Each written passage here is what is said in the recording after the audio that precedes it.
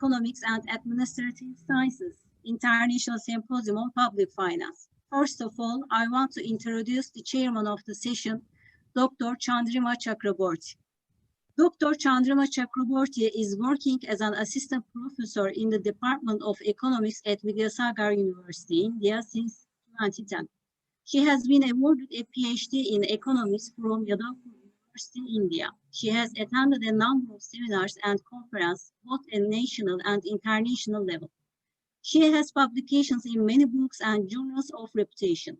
Her research area includes industrial economic, finance, crime, social sector economics, agricultural economics, among others.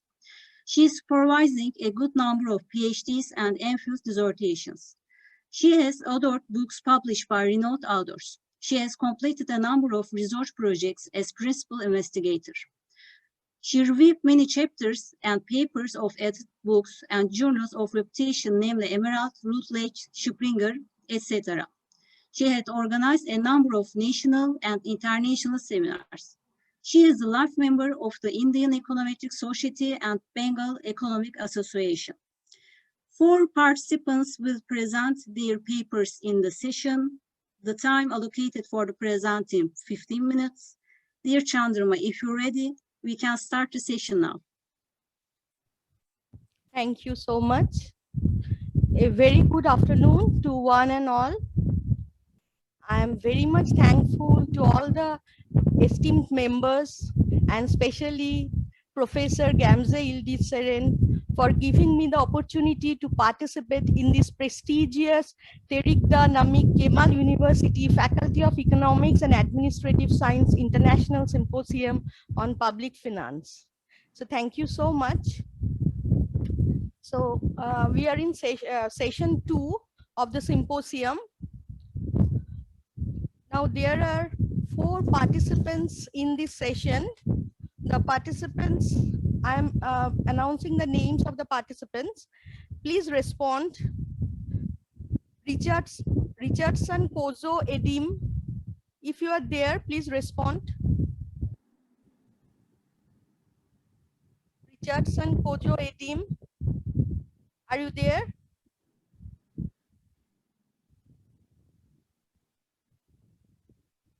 If you are there, please respond. I think he's there. Hello, can you hear me? Okay, you are here. Okay, thank you. Yeah. The next second participant is supposed to be Edinuga Fabian Ediqua. Are you present? If yes, then please respond.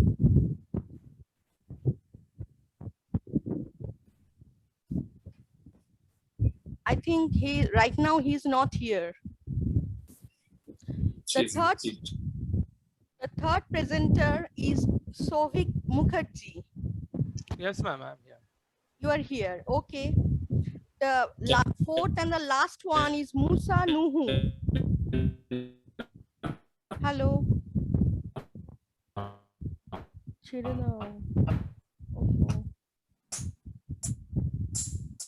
Hello. Am I audible to you? Dear Richardson, we can't see you and we can't hear you. Yeah, that's true. Fourth presenter is present, Musa Nuhu. If you are here, please respond.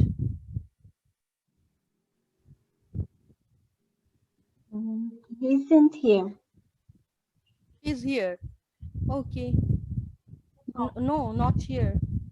No, not here. So 2 presenters are present actually.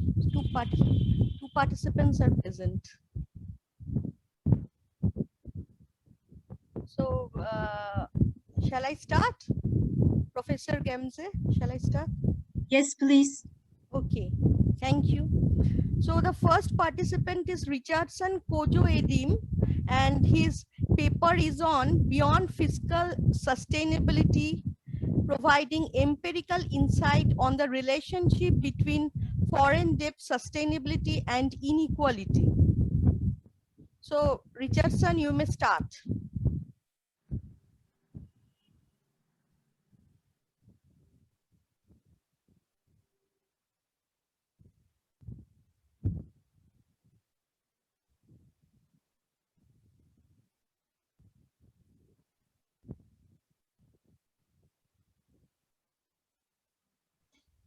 Richardson Kojo.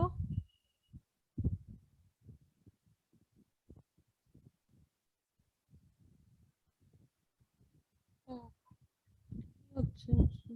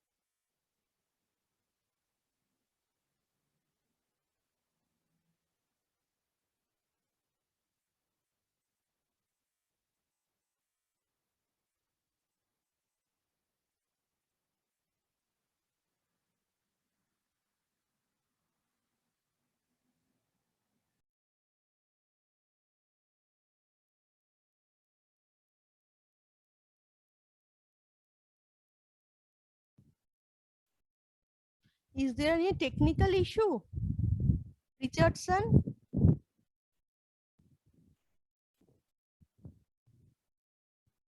He is muted and his video is also off.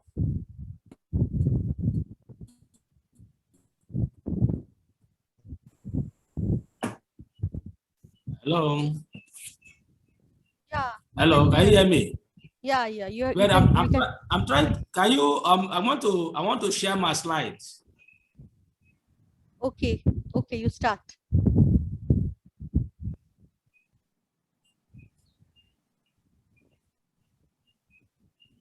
Richardson, dear Richardson, please use the share screen. Hello. We can hear you, but we can't see you. I'm trying to.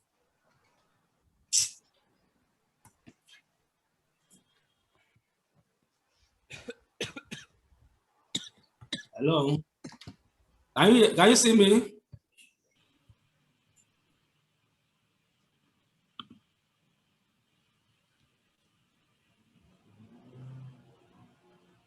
No.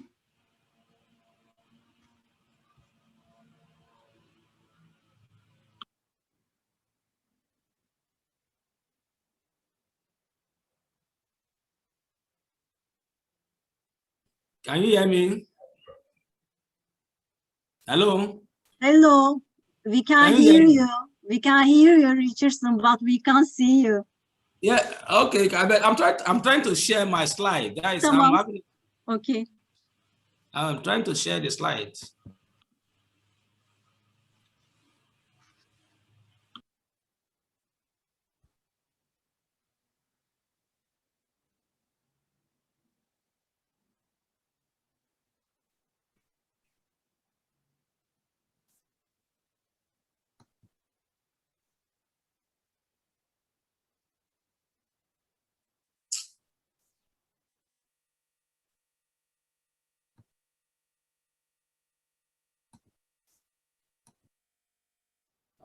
I have a problem. Hello.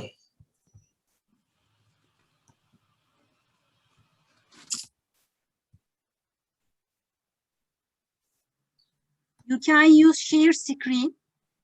Okay, I saw share screen, but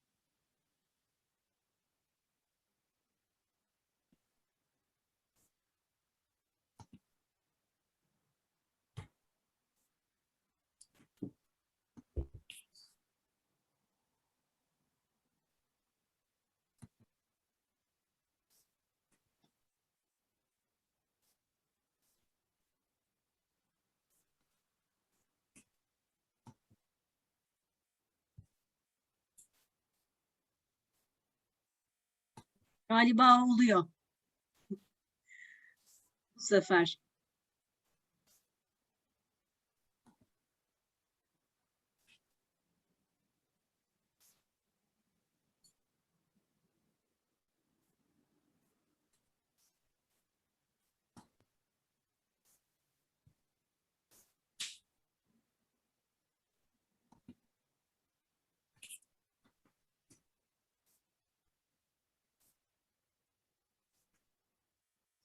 Ha. Tamam, great.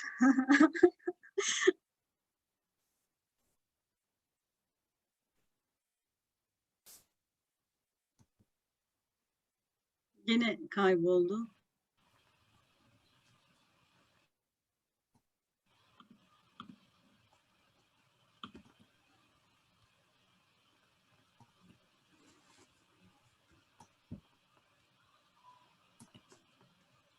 Sir, we can hear you and see your dashboard, so you don't need to sign in again, I believe. We just see your presentation and your voice, your clicking noise. We can hear. Richardson out, I think. Right? Yeah, Çıktı mı? çıktı. Aslında tam açmıştı şeyi. Tekrardan paylaştıktan sonra tekrardan login olmaya çalışıyor. Anlamadım neden. Ondan dolayı da kopuyor. Aslında login. Yani görüyoruz onu ve duyuyoruz. Görüyoruz, duyuyoruz ama şeye mi geçsek, Adenoga'ya mı gitsek? Dear Adenoga, are you here? Ya da burada olanlarla da devam edebiliriz. Furkan. As you wish.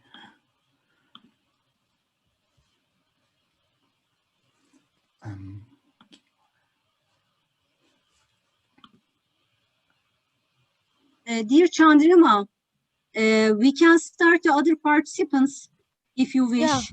Yeah, of course, of course. So the next participant is Sovik Mukherjee. Sovik, you can start your presentation. Your presentation is supposed to be revisiting the idea of destination-based taxes in the context of profit shifting of MNCs. So it's a very interesting issue. So you can proceed with your work.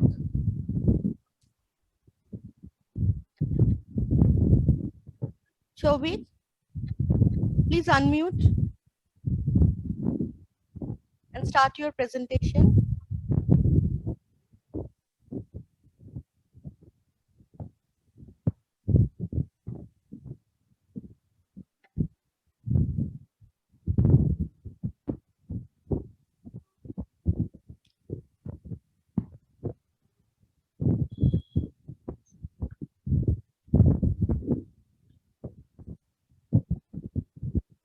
Maybe Musa Nuhu here. Musa Nuhu, are you here? O yok. Az evvel de vardı halbuki birinci oturumu hep dinlemişti. Evet. Sovik burada gözüküyor ama o da duymuyor sanırım bize.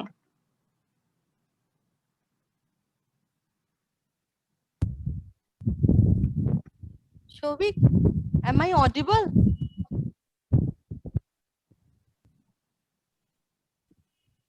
Shovik is here, but I think there may be some connectivity issue or what.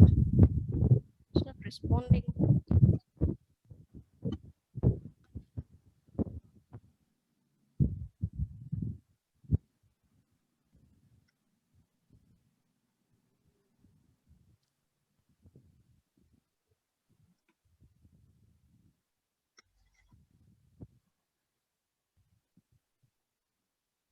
Shovik, are you here?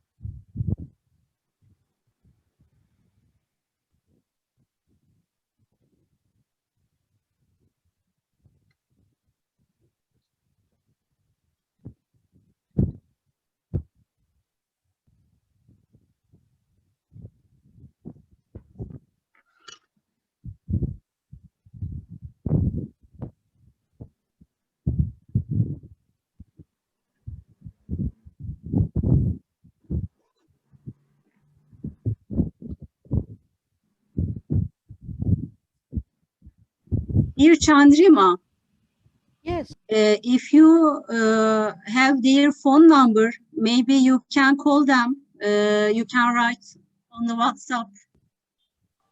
Okay. I'm trying. But I think Sovik is here. No, we Yes, can. yes, yes, Yeah. yes, Oh, yes, yeah. yes. Yeah. Now, so you can present your work, Sovik. Okay. Okay. Sorry Thank for the apologies, sincere apologies, ma'am, because there is a cyclonic storm that we are kind of about to That's experience in a day or two. So that's we are why the facing. network Yeah. suddenly it's kind of coming and going. So please bear with me. I'm hopeful that it won't kind of. No, I am also facing the same situation. So I'm in hopeful that it yeah. will not kind of create a disturbance. Ma'am, can you just give me the sharing screen option? Yes, I've got it. Thank you. I've got it. I've got it. Is my screen visible? I'll just start that. Yes, visible. Right. Thank you. Should I start? Yeah, you can start. Yes. So as the title of the paper reads, that revisiting the idea of destination-based taxes in the context of profit shifting of MNCs. Now, primarily why I'm kind of working on this particular part and why the word revisiting, because of a simple reason. In the literature, destination-based taxes have been considered optimal because of multiple reasons. I'll come to that at the later point of time. But then still countries prefer the source-based taxes. Now, this is indeed puzzling to a certain extent, and the debate kind of gains strength in the context of a situation when in 2016 the US Congress was kind of proposing to shift the US based corporate tax regime to a destination based cash flow tax from a source based, but then eventually it did not happen, and it came back to the source based regime. Now what we are going to look here is particularly 2-3 things. I think I don't have to introduce a MNC, but particularly the objective is the MNCs try to shift their profits based on the location and the tax liability associated with that location. The choice of a particular tax policy will definitely trigger a reaction. So they will always try to move to a tax haven. Now, the countries can adjust their behavior in order to maximize their worldwide profits. So why am I saying worldwide profits? Because it's kind of, there is an entity in the home country and an affiliate in the foreign country. We all know how this rerouting of profits happen. Just an example, because until and unless the listeners are motivated, they'll not be able to understand what I'm trying to say. Because with too many mathematical and algebraical formulations, it's somewhere down the line goes lost. So just to avoid and kind of motivate, to make it easy for the readers as to what we are trying to say, just a small example. Apple Sales International is an entity that has acquired certain economic rights to Apple's intellectual property. Now, Apple uses these rights of Apple Sales International to shift profits away from US to Ireland, where it basically pays 2% corporate tax rates. Now, which is even kind of at times less. The net effect is even less. Now, these are real life instances how MNCs or MNFs, we call them, they try to shift from a particular place to another regime depending on the tax policy. Now, the countries are competing in order to attract these firms. Now, how do these countries shift? They use a simple transfer pricing. Now, I'm not going to the details of transfer pricing, arm's length, what is the meaning, this, that, just to make it short. So they have a kind of price which they use within intra-firm. That affiliate is outside the country, but they use some rate intra-firm.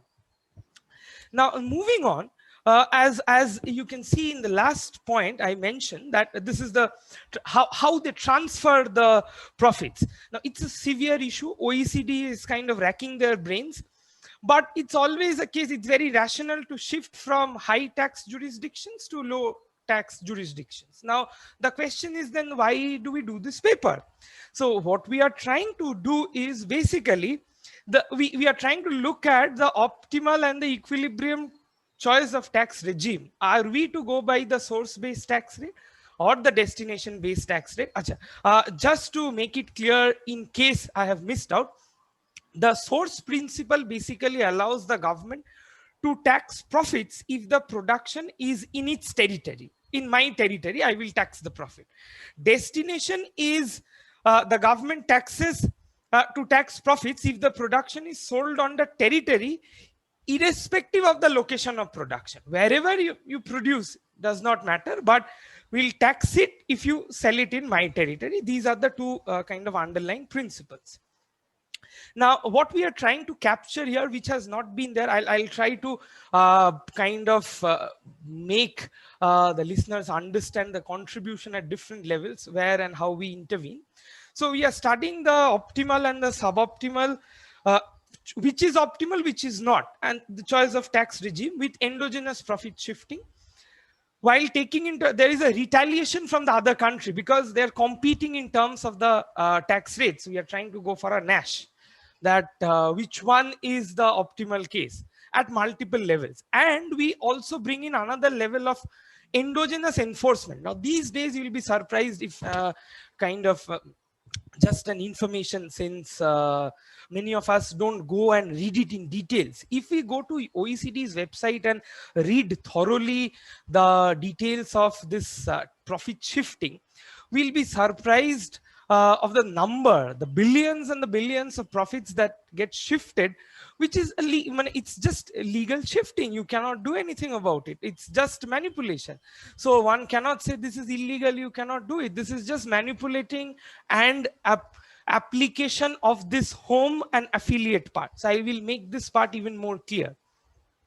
So as I have said, now primarily the first at different stages we contribute. The first contribution that we bring in here is to endogenize the choice of the corporate tax rates. We are not the first one to do this.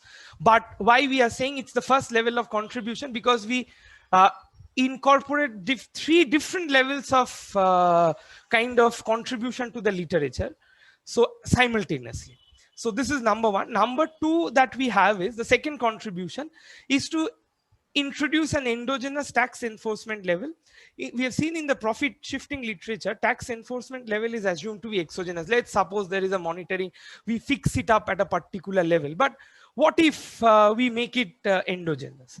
And the third level is this tax competition part. Now, these are three different literatures that is there. One is tax competition with exogenous, these two.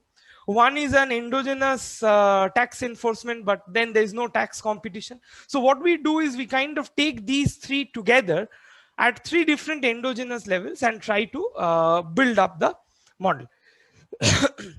Now, just to introduce so it's basically lying at the cross section of these three literature strands, the strands of these three literatures. Now, I'm just cutting the literature review part because then I might lose out on the time. Straight away, I'll go to the section on the methodology part, what we are doing. So it's, as I've said, it's a home and foreign, both countries are there. So they have MNF firms, N number of, so whenever you see a star or an asterisk, please note that it's a foreign country, standard conventional notation that we have. So each firm has two components. One is a parent firm in a particular territory and an affiliate abroad. So the example that I shared with you all with regards to Apple basically explains this feature of the model. Now there are N such firms in the home country and N star firms in the foreign country. We assume that no strategic interactions between the affiliate multinational firms, just to rule out any further complication. Marginal cost of investment is C, standard IO literature, normalize it to 1. Now what we kind of focus on is there are two more things that one should understand. This Q is the rate, it's basically the transfer price at which the domestic parent firm within the firm itself, that means intra firm sells its sells this part to its affiliate in the foreign country. Again, I repeat, this Q is the transfer price at which the domestic firm sells the some input, the way we have defined it, to its affiliate in the foreign country. And Q star similarly is the firm in the foreign country which is going to sell their input to some firm in another country at Q star. Now again, P is the parent firm's profit in the domestic country. Pi star is the, sorry, my bad. Pi star is the profit for the foreign country, MNF. Now, just to explain this without going into too much of jargons and derivations to make life a little more easier. Now, what we do, we just try to, if you look at the equation rather than going into what is written, there are 4 segments to the equation. Now, let me just explain this to you.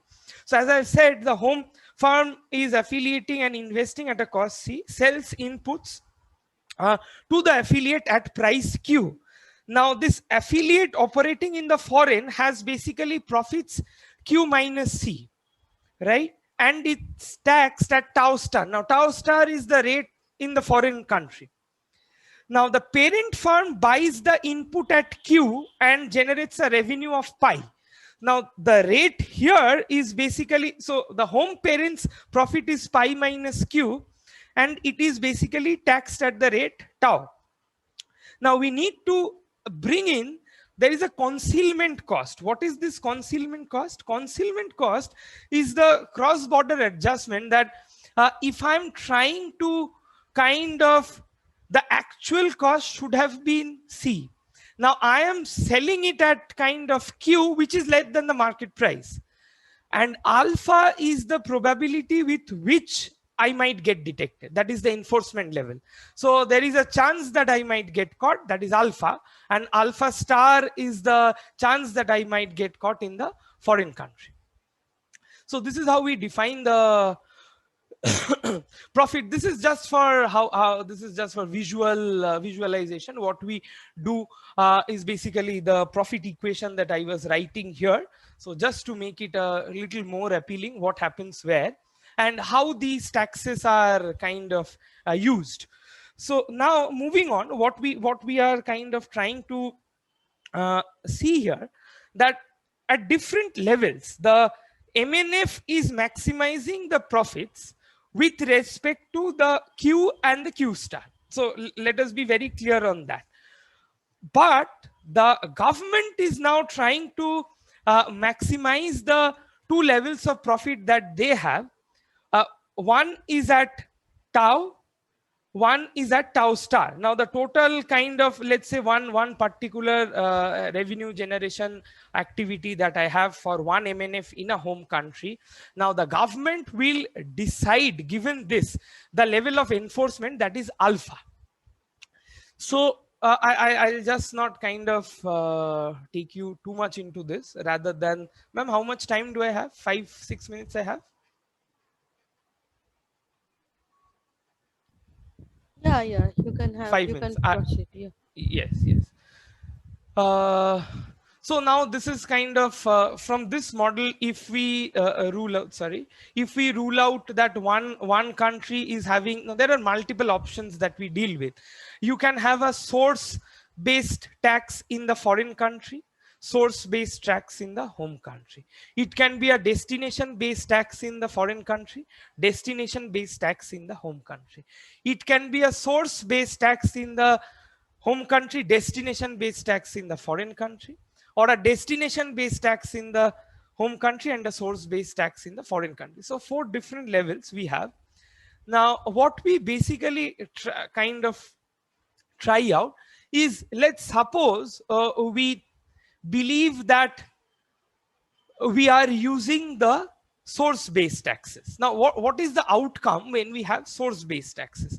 Primarily, if you look at this, what we are having is that we are trying to determine the different levels. What will happen with source based tax? What will happen with destination based tax? And then we identify the conditions when they might switch.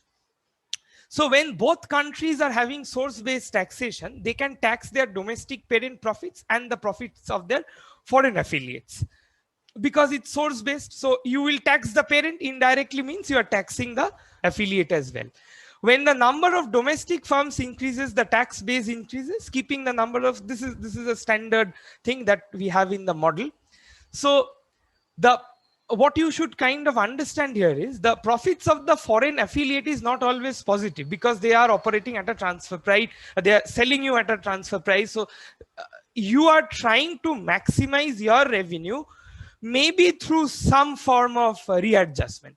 But what one should remember is not the parent's profit or the affiliate's profit. It's the parent plus affiliate's profit. So again, I repeat, it's not individually the parent's profit or not individually the affiliate's profit. It's the parent plus affiliates, because that's how we define the global profit.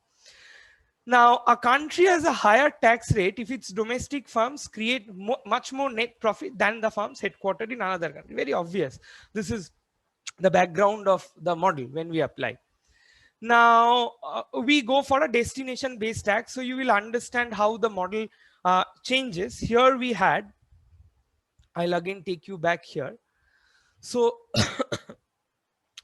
at one level, we are assuming that both you can for sure, alpha and alpha star is equal to 1, because I can predict the level of enforcement in my country. So then we solve the model. Now here, when I bring in destination, now what happens? In a case of destination, this actually motivates the profit shifting part. Why? Because the tax revenues in foreign do not depend on the number of firms in the home country, number one. And the source-based tax revenue will only depend on the foreign country, because now it's the area of sale and not where you are producing.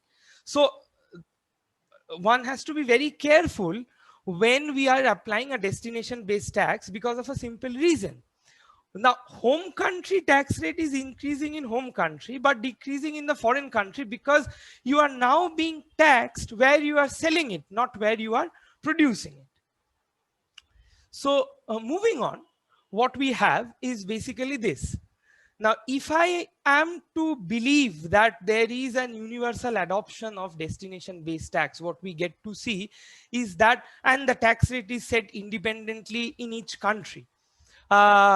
What we see is that, just to motivate the idea, in the United States, I'll just share with you a data as to what explains this result, and then I'll move to the result. In 2018, the government auditing institution in the US audited only 331 of 616 corporate giants, as compared to 2010. The number of agents working for that agency also went down. In France, fewer agents are auditing the multinational firms. In European Union countries, what happened was that same phenomena was noticed. Now, country by country reporting was introduced, but the new new requirement is expected to strengthen the tax enforcement in different countries, particularly in the US, because the situation based on which we motivate our results is actually based in US. As I told you in the very beginning, that we are going to propose that source-based taxes mostly comes from the fact that you have a strict enforcement level in place. So if you have a strict enforcement level in place, so you will kind of make sure that the home country's profits are getting taxed in the home country itself.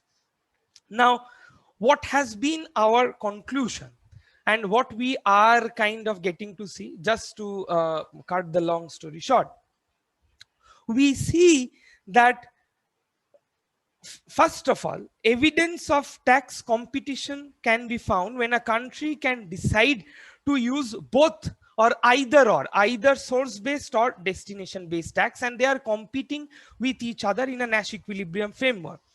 We show that tax competition exists when countries used source-based taxes, and I think all of us are aware about the phenomena of race to the bottom. You keep on undercutting. You cut me to attract more firms, I'll cut you to attract more firms. So it's a race to the bottom.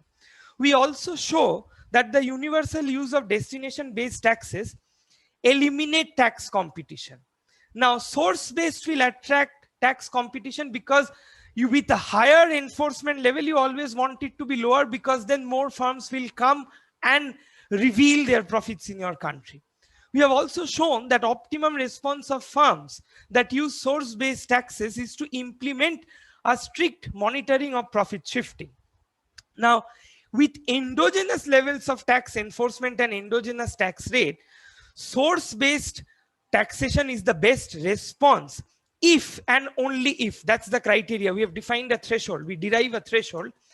Domestic revenues are large, over and above a particular limit, because it makes sense. When domestic revenues are large and you have a source-based tax rate with high levels of enforcement, so it's advisable to keep the source-based tax rates low, because that will attract MNFs to come and reveal more. Now, we have also found that source-based taxes are the best response to destination-based taxes if domestic revenues are large, because a high tax rate under source-based tax rate will kind of compensate the fact that a source-based tax country is penalizing the profit shifting with a high kind of enforcement level. With a high enforcement level, you are detecting if the firms are switching their profits. So you have to compensate them. What is this compensation mechanism? You offered them a lower tax rate, but you have increased your enforcement level. So at one level, you are increasing the enforcement levels to detect, and at the other level, you are reducing the tax rate as a part of the tax competition, and you are undercutting. But this will hold true when the domestic firm's revenue, I mean the parent firm's revenue within the domestic economy, is very large. Now, what are the tax policy implications? Source-based taxes can be optimal because of strict tax enforcement, otherwise not. That's the catch. Now we observe, that's what we are saying, that if you go to OECD's website, you'll find that a very low levels of very low level of tax enforcement is there in many developed countries. Now, I can share one instance in the Indian context. Vodafone India, actually a part of UK Vodafone, which was previously Hutchison SR, have their main location. It's again not Vodafone India, it's just an affiliate. So when there was this retrospective tax amendment in 2012 in the Indian context, and there was this case fought in the Supreme Court and all, that whether Indian government can extract taxes from Vodafone India, given the fact that there were kind of things going on. Now, the government does not have any idea about the tax enforcement levels, because that's the case with every developing country these days, as OECD reports.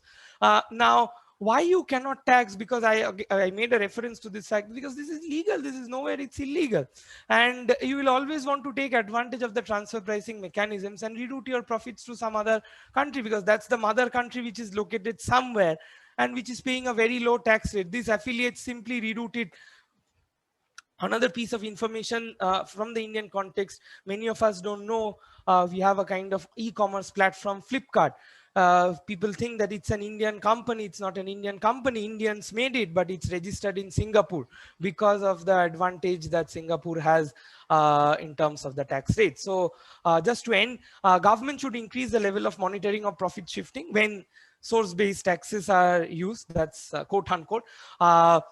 So this is one of the reasons why people often come back to source-based taxes and not destination-based taxes. And we show it that at different levels of endogeneity with enforcement level, tax competition, choice of tax rate, if domestic revenues are large for the parent company, then it makes sense. And I was talking about this two effects, compensatory effects. You are reducing the tax rates, but at the same time, you are increasing the tax enforcement. So you are making it a point for the parent firm to report, because you have increased your kind of enforcement levels endogenously. But at the same time, there has to be a kind of compensation. Otherwise, your firms will run away and go and locate in some other country which is a tax haven. So you need to reduce your tax rates in that race to the bottom approach. Thank you, ma'am. Thank you. Thank you, Shovik, for your nice presentation. Now we can invite questions from the floor.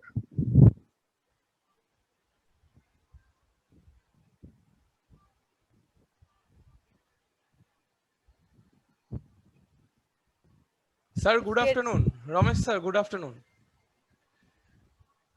If there is any question from the floor, please ask. Vivek, good afternoon. Good afternoon, sir. Good evening, kind of. Oh yeah, It's all okay. good evening. Ramesh, you want to ask anything? Actually, just I entered the system. So it is better to leave the question answer part to the other participants. Okay. So is there any question from the floor? I think no, there is no such question. Okay, Shovik, you have done a very good job, and it's a very very intensive study. But only one query, just such a simple query, that you are saying that source-based corporate tax is being used by countries currently, isn't it? And your policy suggestion, what I have understood from your paper, is that your policy suggestion is that if the domestic revenue is very high, then only source-based corporate tax is better. Otherwise, destination-based tax is better one. Better, isn't it? yes, yes, Yeah. ma'am. But the Yeah. kind of I can just share it with you. The tragedy is that people are kind of, though they are following the source-based taxes, but then this calculation, this threshold level. So even if the domestic revenues my are large, point, you actually, you yeah. can switch. So this actually what motivated this. I was just working on this as a this is one part of the study, that this US case that I highlighted at the beginning of the paper. They were contemplating that should they move to destination, but then the US Congress passed a resolution, but eventually they came back. And in many countries, in France and all, they were kind of thinking about going to destination, but eventually came back to source. Now, why is source so popular? And this is one end of the story, and on the other end, so it's twofold. On the other end, you have an paradox or irony of sorts, you can call it, that where domestic revenue is low, you are still imposing source-based tax, where you should have imposed destination-based tax. Okay, now my point is that you are saying that if the domestic revenue is less, then the destination based is the better one. But if the domestic revenue is high, then the source based is better one. So can you elaborate on this term actually, the high revenue and low Ma'am, revenue? actually, I did not That share that. Yeah, that actually, I have if you throw some light on this high and low revenue. Actually, Okay. ma'am, Yeah. when we maximize the revenue of the government, so there is a kind of term that we have got, and then we have simulated that part. So it's a cutoff level at which, let's say, I don't have it's such big a term. So based on that limit, you can, below that it will be one point of the, when you get a different part of the Laffer curve, and above it you get another part of the Laffer curve. So if you kind of manipulate with the tax rates within that range 0 to 1, you will get a, below that threshold, you will have one level of conclusion. Above the threshold, if you manipulate with the tax rates, you will have another level of conclusion based on source and destination. Yeah, so that's there is true. this threshold revenue. Threshold revenue of the this is by domestic. definition of threshold, isn't it? We know Yes, it. yes, But absolutely. this is basically the definition. It Ma'am, that carries the TR, meaning. yes, Yeah. yes, it's the total revenue which the firms are maximizing, and they're choosing Q and Q star. So it's the total revenue threshold, and then from there, given the alpha tau rates, so we define a cutoff. Yeah. Now, if you can, then my suggestion or anything, my idea is that if Sure, you ma'am, can sure, elaborate on this issue, that what can be the Okay. higher domestic revenue and what can be the level. If you give an Okay, estimate, if you give an okay, idea okay, about this. okay, I got If there is any I got alternative method, then you ma'am, can look it into that. can be an empirical exercise. Well, I got your point. I got your point. Yeah. Okay, ma'am. That's I what got I your am point. saying. Right. That will make your paper much more improved, I think. Okay. Sure. Thank sure, you. Thank sure. you, Shobit. It's Thank a you. nice presentation and nice paper. Thank you so much. Now I don't know the other presenters are present or not. Nusa Muhu? Musa Nuhu is present? He is getting disconnected several times, I have seen. Right now, is he present? Musa Nuhu? I think no.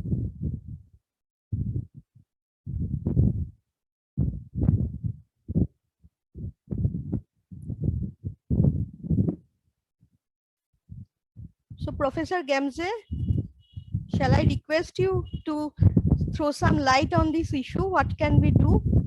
I think Musa Nuhu is not present right now.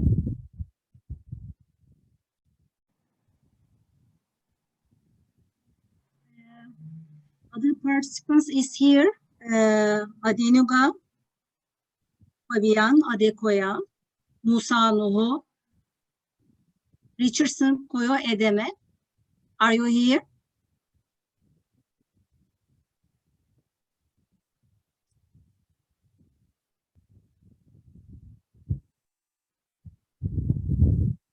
Bakıyorum listeye.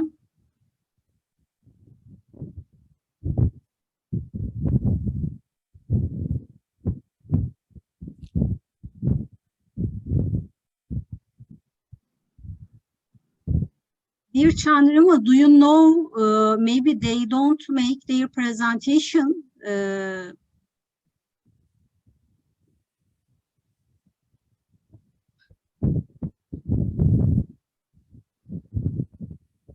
I think that there may be some connectivity issue because I have sent them message through WhatsApp. They are not responding. They have not yet checked.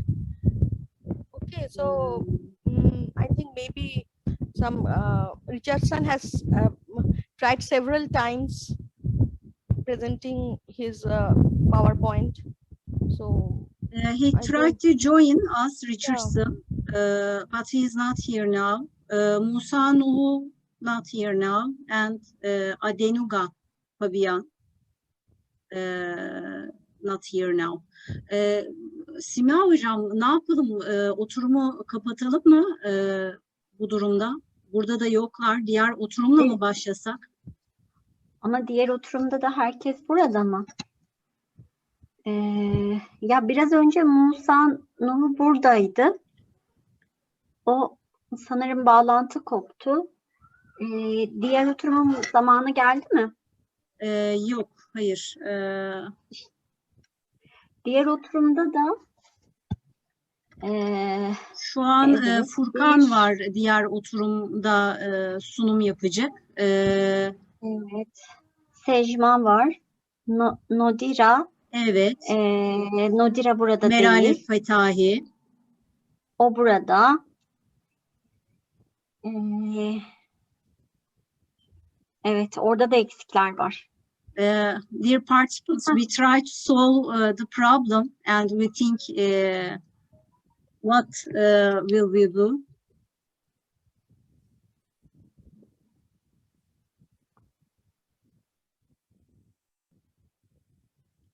Şimdi yani yoklar.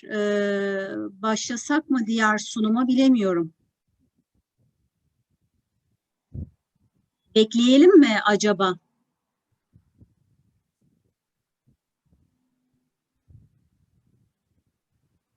Simna hocam. Tamam hocam, başlayalım. Orada en azından 3 kişi falan gözüküyor şu an. Bir taraftan da olmadı. Diğer oturum başlasın. Tamam. Gelen olursa ekleriz o zaman. Dear Chandra and Ramesh Das, if you wish, we start the other session. yeah. Okay. So Maybe they come later. They can make their presentation. We can start now with Ramesh Chandra Das. okay. Welcome, Thank you. welcome, dear Ramesh. Thank you. Now, first, I want to thank you very much to Chandra for accepting this session chair. Now we started the other session. Okay, thank you, Professor. Thank you so much.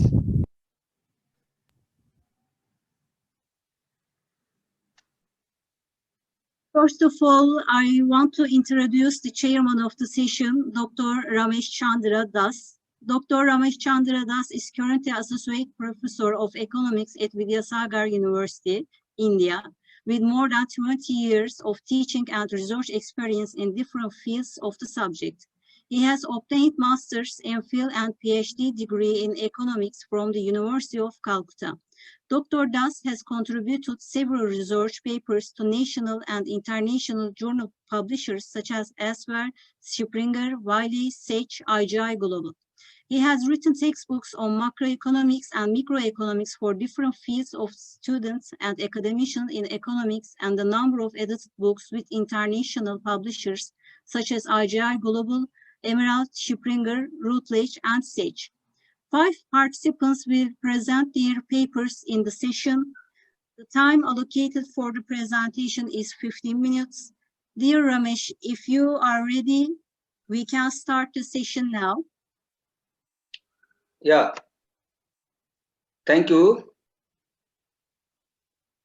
Thank you, Dr. KMJ, for introducing me. I am grateful to the organizers of the International Symposium of Public Finance at the Tekirdağ University of Turkey. So, can I start? Can I take the charge of this session? Is it all right to all of the participants right now?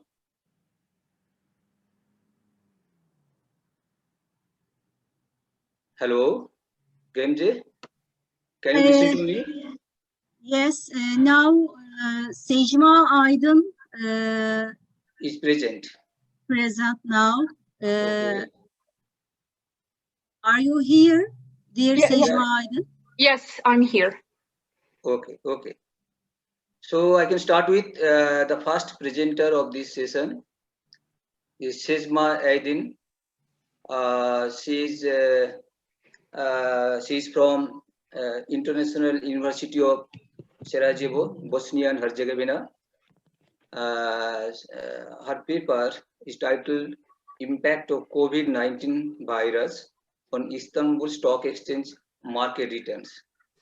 So I can allow Sejma to start your lecture. Just you start your program right now. Thank you, Sejma. You start. Thank you. I'm trying to activate my camera. If you will just allow me a minute.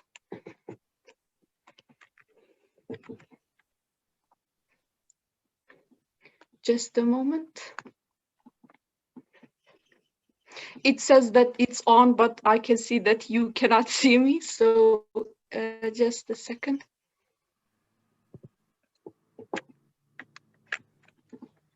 So you will get 10 minutes, 10 to 12 minutes maximum, because 5 to 6 minutes will be left for the question and answer discussion. Thank you. Is it all right? Okay, you should be able to see me now. Okay, no problem. Hello. Hello, my name is Sejma Aydın, and I'm going to present my paper titled, as you mentioned, The Impact of the Coronavirus on Istanbul Stock Exchange. Just a second. Okay, I'm sharing my screen. Please let me know if you can see it. I can see it Yeah, now. it is visible to me. Okay. Okay, thank you. I know that by now most people are sick of hearing the news about coronavirus, so I'm going to try to focus on the essential things, and I'm going to end in a positive note, just some spoiler. So the impact of the coronavirus was something that on stock exchange markets was something that affected all stock exchange markets, but I'm investigating the example of Istanbul Stock Exchange in particular. There has hasn't been too much of a research done on this exact topic because the virus is still new. We need a lot of data collected in order to present good research and come up with some good conclusions, but viable ones.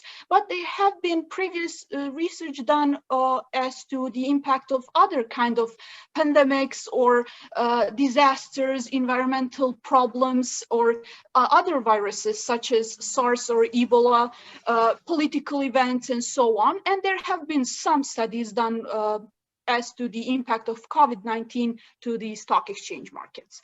Now, I would like to present the timeline of the COVID-19 in Turkey. This is a short timeline and mostly focused on the part of the time that the sample covers, because the sample only covers the time up until the end of September in 2020. So in March 2011, in March 11, 2020, the disease was confirmed in Turkey. Of course, the stock exchange markets were slightly impacted already before that because the virus was already present in other parts of the world. And as we know, the stock exchange markets throughout the world are correlated. Then on March 17th, the first death case due to COVID-19 was announced in the country, confirmed.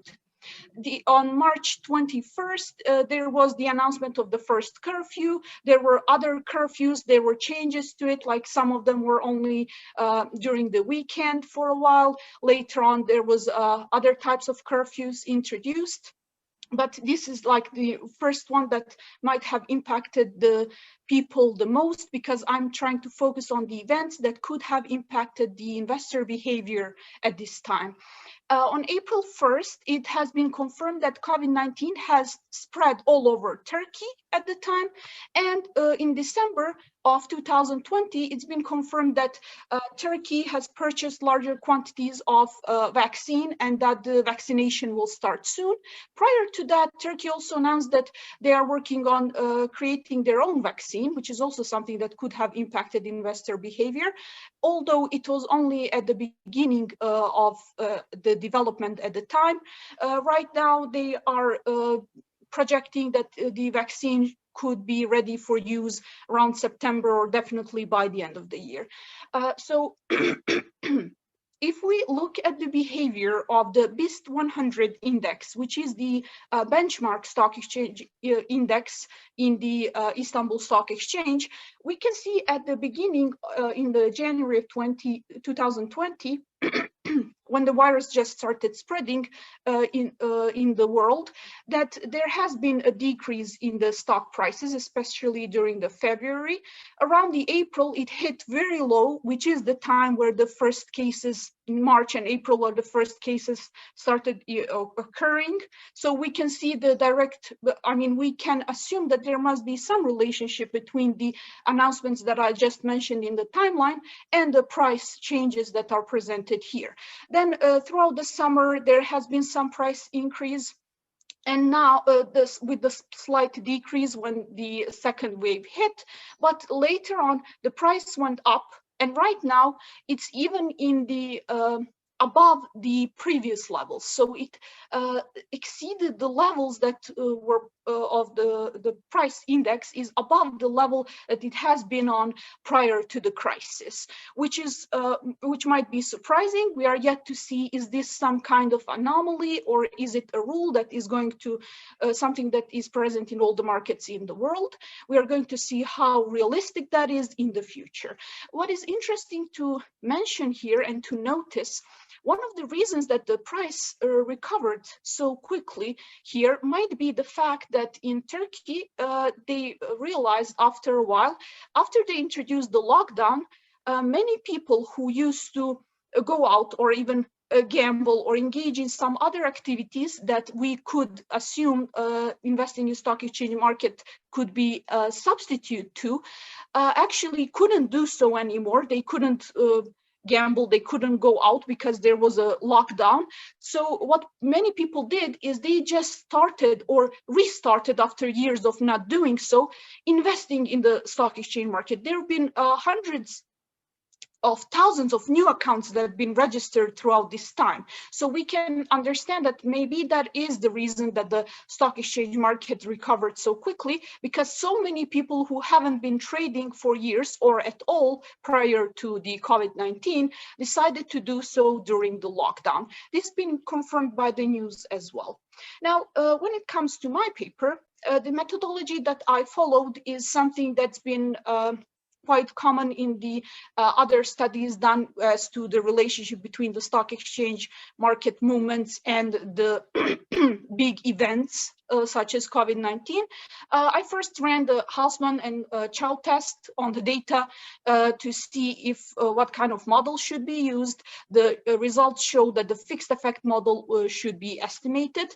The variables that are used are the ones that some other studies also used, which are the number of infections, new daily infections, also the number of deaths, daily deaths. So one model used the number of daily new infections, the other one number of daily deaths caused by COVID-19 in Turkey. And both models used control variables as market capitalization to control for the size of the company and market to book ratio. So this resulted in two models, as I already mentioned. The correlation metrics also been examined. Of course, we can notice that the price of the stock in the market was negatively affected by both the number of new cases as well as the number of deaths caused by the COVID-19. That's why the correlation here is negative. And some of the other variables, the market capitalization and market to book ratio, also had a negative correlation to the log price, which is also something that will be reinforced by the models. So the first model, which uses the number of daily new infections in the caused by the COVID-19, shows that there is a statistically significant relationship between the deaths in the number of new cases, infections of COVID-19, and the price change in the index. And this relationship is significant at 1% significance level. Other two variables are also significant at 1% significance level, and they have negative coefficients, which means that the larger cap companies, in general, larger companies were affected more severely by the COVID-19 crisis in the stock exchange market than the smaller companies did. Now, this is also something that's been shown by the second model, where the number of daily deaths is also statistically significant and also has a negative impact on the price, as well as the market capitalization and market to book ratio. Normally, we would expect during the crisis that the small cap companies, so small companies, would be affected more severely by the crisis, because this is generally the case. The smaller cap companies are considered to be more risky than the large cap companies.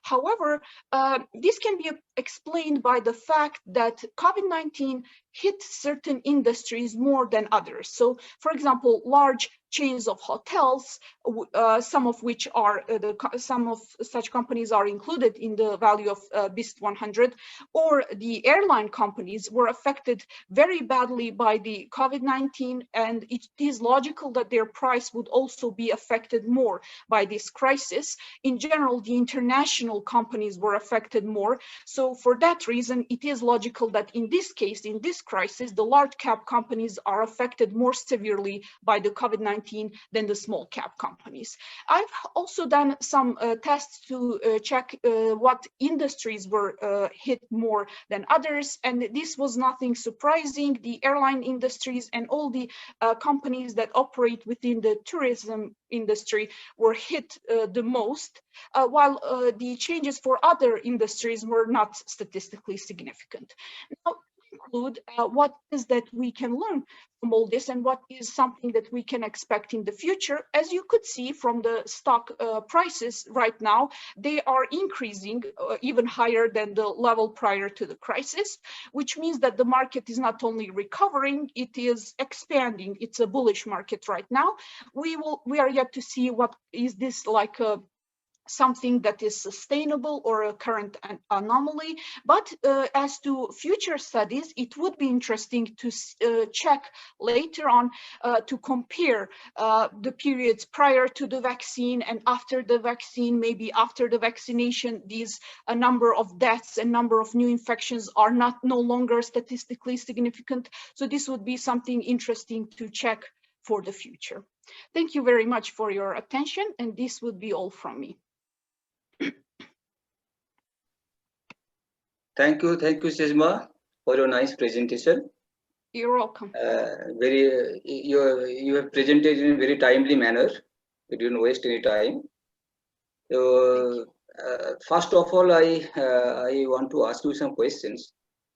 That your trend of the stock indices is showing that it is increasing with the number of cases of COVID and number of death rates. Yeah, from April 1st onwards, you see your trend is increasing. The stock market is increasing in its trend. Also, there are the increasing trend of number of cases, COVID cases, and number of deaths. Yeah. Yes. So how can you explain this positive relationship between the COVID incidences and stock market jump? This is one question. Just you hear all of my questions, then you answer one by one. Okay. Number two is you have just used the static panel data, right? It didn't attempt for any dynamic panel. Yes. Since you have two control variables, one dependent variable, so you can have some VAR type, dynamic VAR type model, in which you can explain the way of causation, whether there is any long-run associationship among these three variables, or there is some short-run dynamics among the variables. It will be a very good result to predict, good result to work with. Okay, so these are my suggestions, and the question is, how can we explain the rising trend of stock indices as well as the rising trend of number of COVID cases and deaths? Okay, first you answer to me, then I will offer the questions for the participants. Okay, thank you very much. Well, first of all, the results show the negative relationship. Both coefficients are negative, and while the number of deaths and number of new daily cases were increasing, the price was actually decreasing. So there was a negative relationship. I haven't examined the new data.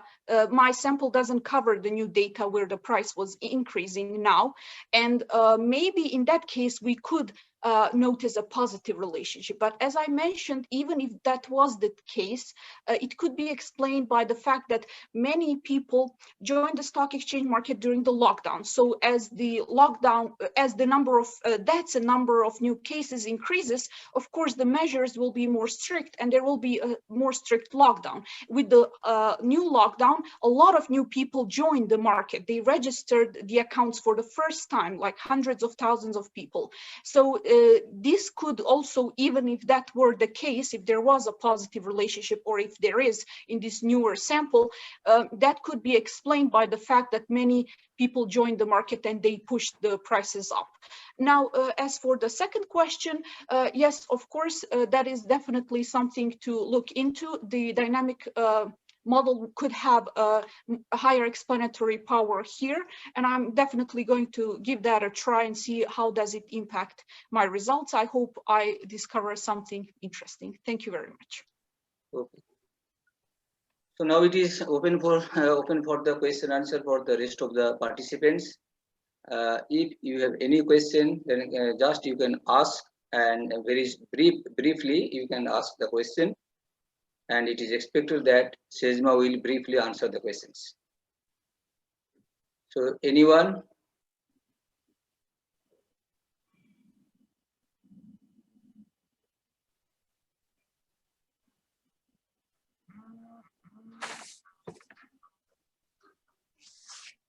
Okay. So I think there is no such question. All are satisfied with your presentation.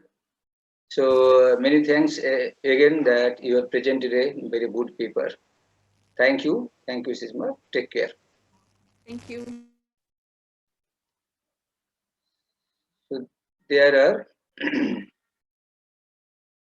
now the second paper is of Nadira Rakhim Khodwa and Abbas Durabev, the role of foreign banks in restructuring commercial banks in Uzbekistan.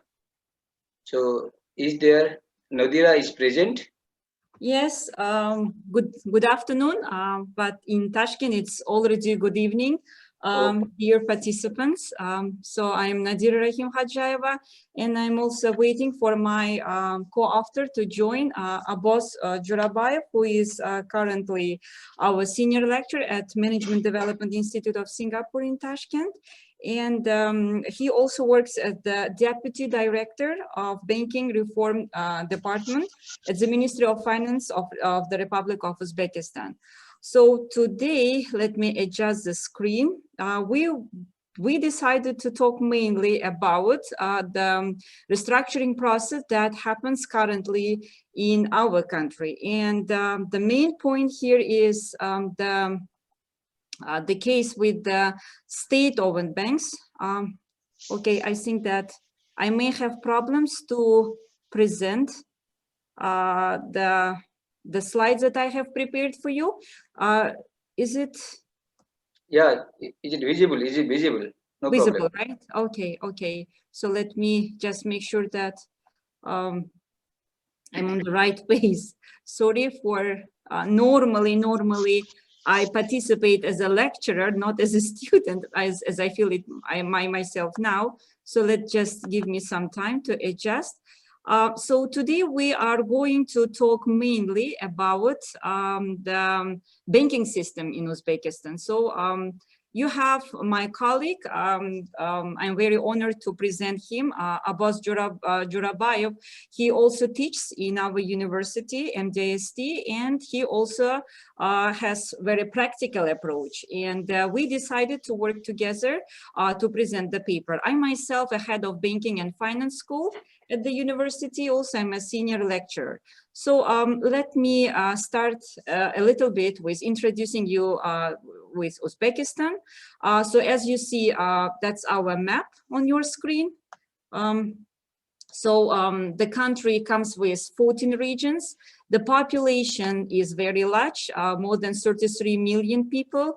According to official statistics, I think that that 33 million has even grown up to 34 million probably already. And Uzbekistan borders with, it is right located in the center of, right in the central part, middle part of the Central Asia. So as you see on the screen, we are surrounded. We have borders with Turkmenistan, Tajikistan, Kyrgyzstan, Afghanistan. So we just right in the center of the region. And talking about the restructuring process that is happening right now, let me emphasize that when we gained our independence back in 1991, we actually had to start, to form the banking system from scratch. So the first step towards two-tier banking system was actually implemented in 1991 when the Central Bank of the Republic of Uzbekistan, as well as commercial banks, they were recognized formally, and they participated actively in the reformation of the whole system. But up to date, when we think of the banking system in our country, we may define it as having a mixture of state-owned banks and private banks. Even though when I say private forms of ownership, I mean various forms of ownership, including foreign banks, whose percentage is very low, however, and joint stock banks at the same time. So we put together some statistics to present and to introduce our participants with the change that is happening right now in our country. So the major change started from 2017, and I will show you what actually happened at that time. So the main directions were to free prices, trade tariffs, exchange rate, And that actually resulted in the rise of more than 100% within a short period of time. Our government also put much attention to reduce direct taxes on business and households.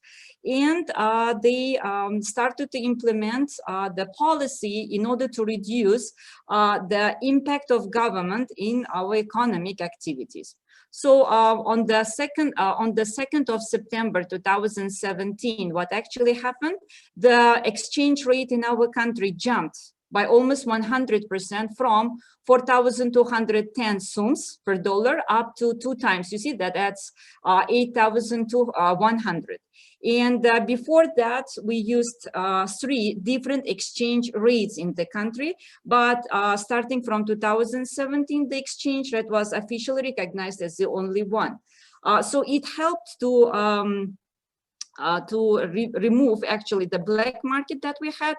And there was one official course and our population was able to buy freely any other foreign currency. So that was very crucial, crucial part of that time. So you can see on the screen what actually happened. Within a short period of time, the exchange rate was rather stable. You see that? That's the official rate. But from 2017 September, the rate rose severely to 8,100, and then it remained again rather stable. But that is the market rate, as you see, right? So if you want to look at the overall view, starting from that period, 2017, and going up to these days, the rise in the exchange rate was not that much crucial as it happened when the policy on liberalization was announced. Okay. Well, next thing that I would like to show you, it comes with the selected economic indicators here. So of course, COVID-19 also impacted on our economy. As you see, the real growth rate of GDP actually declined if compared with the preceding years. But it is projected that it will grow and will even return to the same level as it was in the preceding years up to the outbreak of COVID-19. And despite the outbreak, global pandemic, still GDP per capita actually managed to remain almost at the same level as you see from the official statistics. Well, talking about the other parts, the banking system itself, right? Currently, the number of banks in Uzbekistan, if we exclude subsidiaries, account for 32 banks. And you can see, I mean, hold on a minute. My co-author actually telling that he cannot get into the conference. Yes, could we arrange? I mean, his name is Abbas Jorabayev. Can I make sure that he can also join? As he told me, he has some problems with connection. I mean, he's in the waiting room. We were going to present the paper together. So, so as you see, the number of banks, they did not increase significantly over the last years, but still, if we compare them in terms of the subsidiaries and representatives, so we can see that the number of banks are diversified. However, up to now, out of 32 banks that we have in our country, 3, the biggest one, they are completely owned by state at 100%. Joint stock banks, they account for 13 banks, but as you see, they also have the share belonging to the government. We have 9 private banks, their share is quite actually small, and relatively with the same, at the same level, we have foreign banks, out of 32 in total. So these are the main indicators of state-owned banks. Again, you might have noticed that we can highlight 3 banks, big banks. These are National Bank of Uzbekistan, a very old one, because it was established at the time when we acquired our independence, Asaka Bank, and the one that deals with the with the construction services. Well, if we compare state-owned banks with other banks, so you can see the high concentration, not only in terms of assets, but also loans, capital, and deposit arrangements, right? So under such conditions, of course, we understood that the diversification should follow. And for this reason, one of the direction to restructure banking system and to reorganize and reform our economy by our government was put in on the privatization processes. So let me show you how many banks are on the list to be privatized, and how many will retain government part, right, the ownership, and what will probably happen with the banking system after that stage. So privatization of state-owned banks actually was highlighted last year prior to the COVID-19 pandemic, May 12th, as you see. Our president issued decree highlighting on the main points of reforming banking system for the next 5 years, right? And among these measures, of course, there were privatization processes, mainly not only to inject foreign capital to the country, but also to diversify bank activities and to improve or enhance their activities, like to put more forward-looking bank management practices, to implement risk evaluation, securitization of assets, and increase the efficiency of commercial banks as such. Well, so once again, out of 32 banks, we have 13, they have dominating share of state ownership, meaning that more than 50%, the controlling package, right, controlling interest belongs to the government. And saying government, we mean that the main shareholders of these banks are mainly two ones. These are the Uzbekistan Fund for Reconstruction and Development, established in 2006, which is fully funded by government, and the Ministry of Finance of the Republic of Uzbekistan. So we can talk about high concentration of government ownership in the banking system. Well, you see on the screen, these banks, they are the ones that where we can find dominant ownership, right? And I put here the percentage rate of them. 13 banks out of 32, and I also put the share of the bank assets on the other side of the presentation. So the largest one, as you see, National Bank of Uzbekistan, established when we acquired our independence back in 1991, and it actually accounts for more than 1/5 of all bank assets. We have two more, Asaka and Uzpromstroybank. They have almost the same share. I mean, the difference is, as you see, negligible. And we have many other ones. And if we congregate their numbers, so we can say that 85% of all bank assets currently in Uzbekistan belongs to the state ownership. Well, so these are the main indicators I would like to mention. Based on our calculation, the share of state-owned banks, if we actually add them up, right, they will make approximately 85%, so 84, 92 to be more precise. And then out of 100, top 3 banks, they are, I mean, their share is slightly less than 50% out of all total bank assets. More than 15 banks, they have a market share of 1%. If we add up foreign banks, that 7 foreign banks that we have now, so their share in terms of the bank assets will be approximately at 3%, as you see. And the main owners of these foreign banks, they come from East and Central regions. Well, over the last 2 years, we have 2 foreign banks joining our banking system.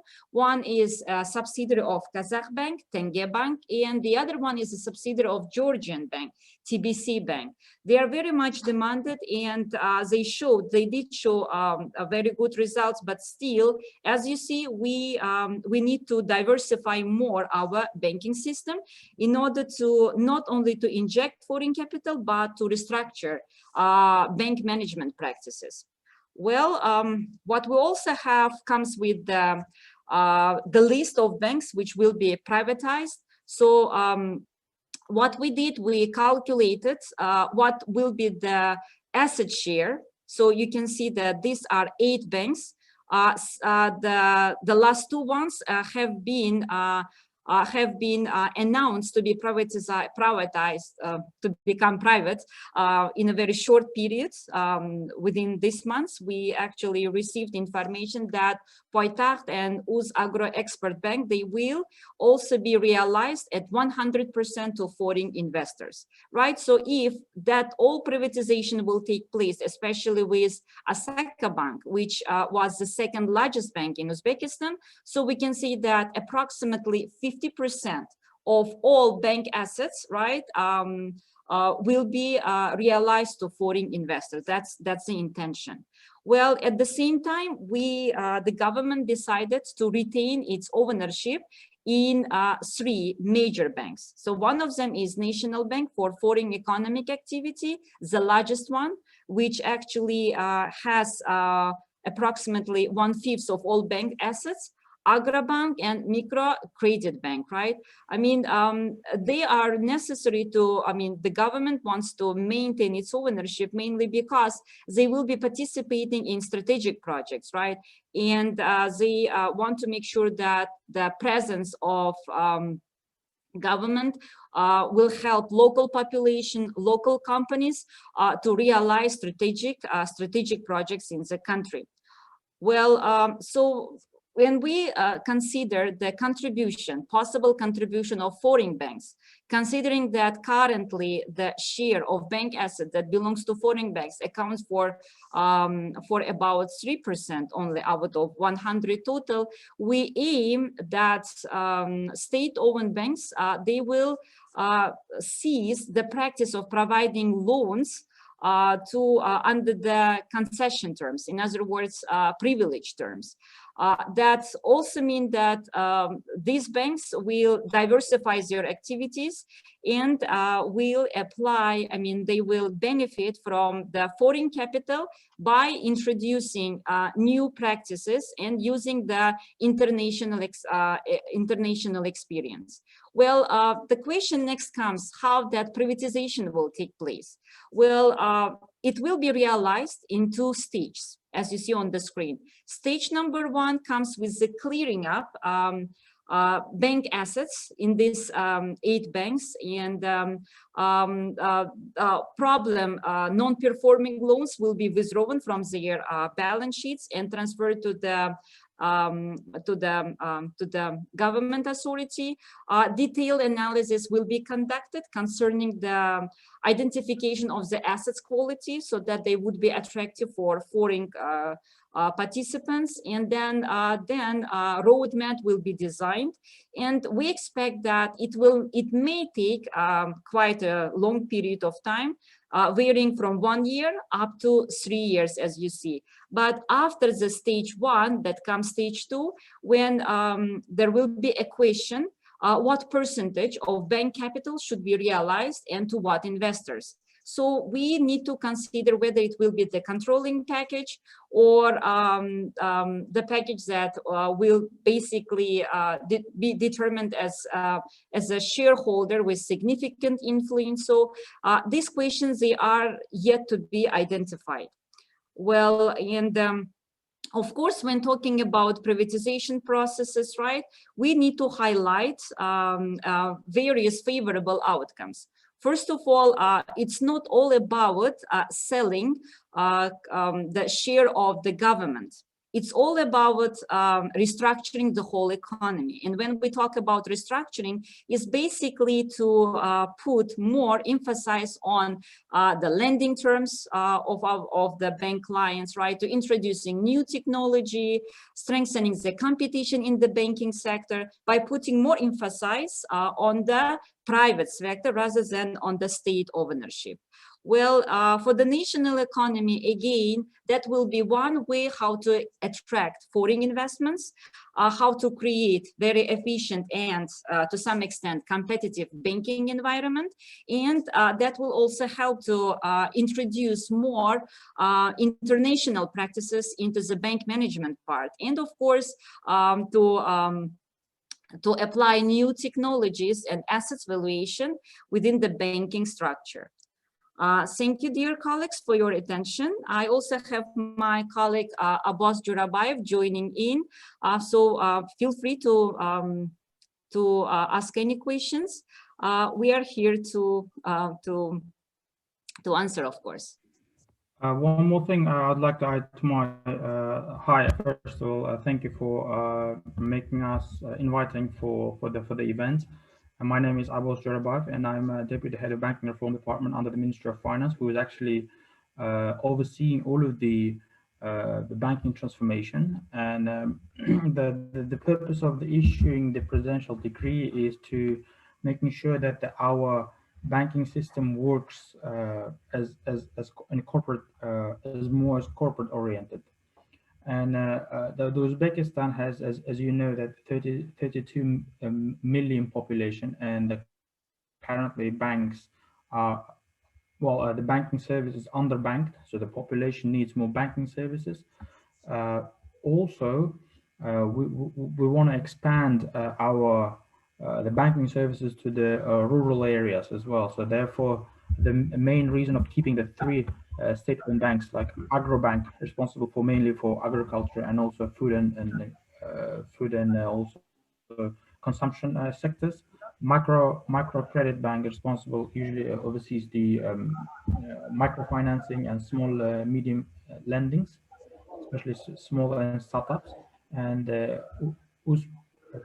MBU, the national bank, or I would say national champion bank, is responsible, well, usually uses the funds for large strategic projects, like strategically projects. Those can be used in further enhancing or increasing the economic growth.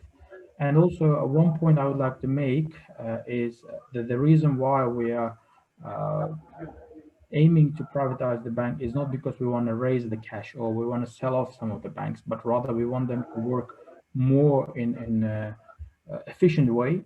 As we know that in private hands, companies work more efficient than the government hands, and the government is not a very good manager, but rather the policymakers.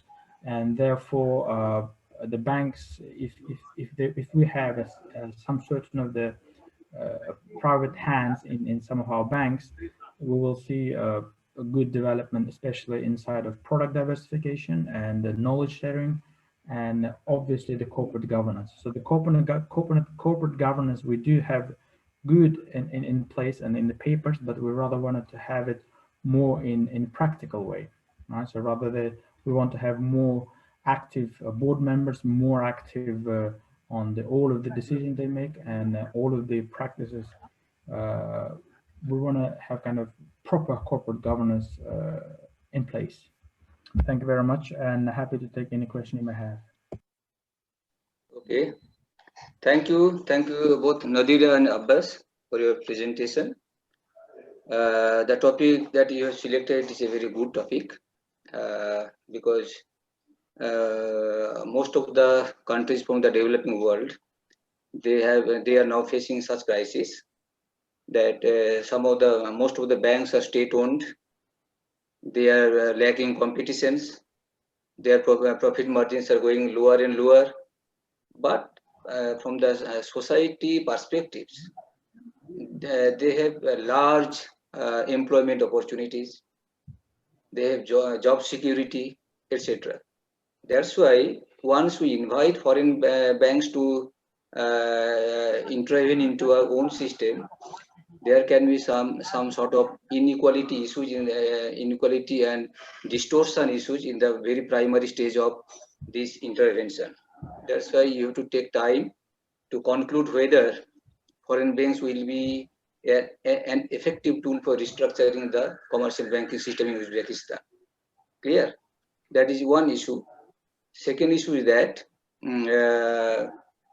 your presentation, from your presentation, I saw that during the COVID situation, note the timing.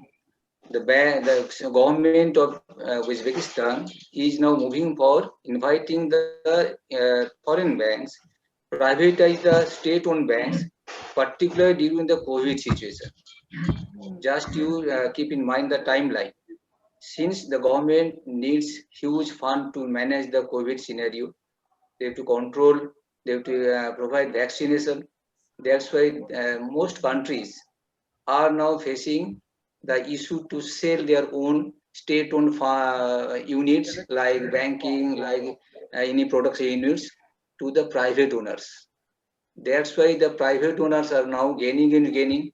The big farms are now increasing their stock values, but the society as a whole, though the country who has state control, like some mixed economic structure, some combination of capitalistic as well as socialistic nature, like Uzbekistan, they will face similar type of situation. That is, the government intention is to be understood.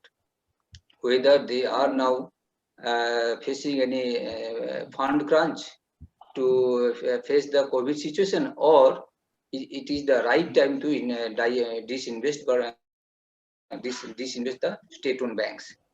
Third issue is that during your in your total work, you just presented a descriptive scenario. No doubt about the story of the work, but we need some quantification. Whether the foreign banks will definitely work for the state-owned Uzbekistan banks. You have to cite some example of other countries where the foreign banks has entered and they did the best for the countries. Since I didn't see any such example from other countries, so you have to be careful to conclude that the foreign banks will be doing something better for your country. Clear? So just to keep in mind to do some empirical works, application quantitative works, to publish this paper in particular journals of reputation. So this is my suggestion. Now I ask the participating members whether you have any question regarding this particular presentation or not.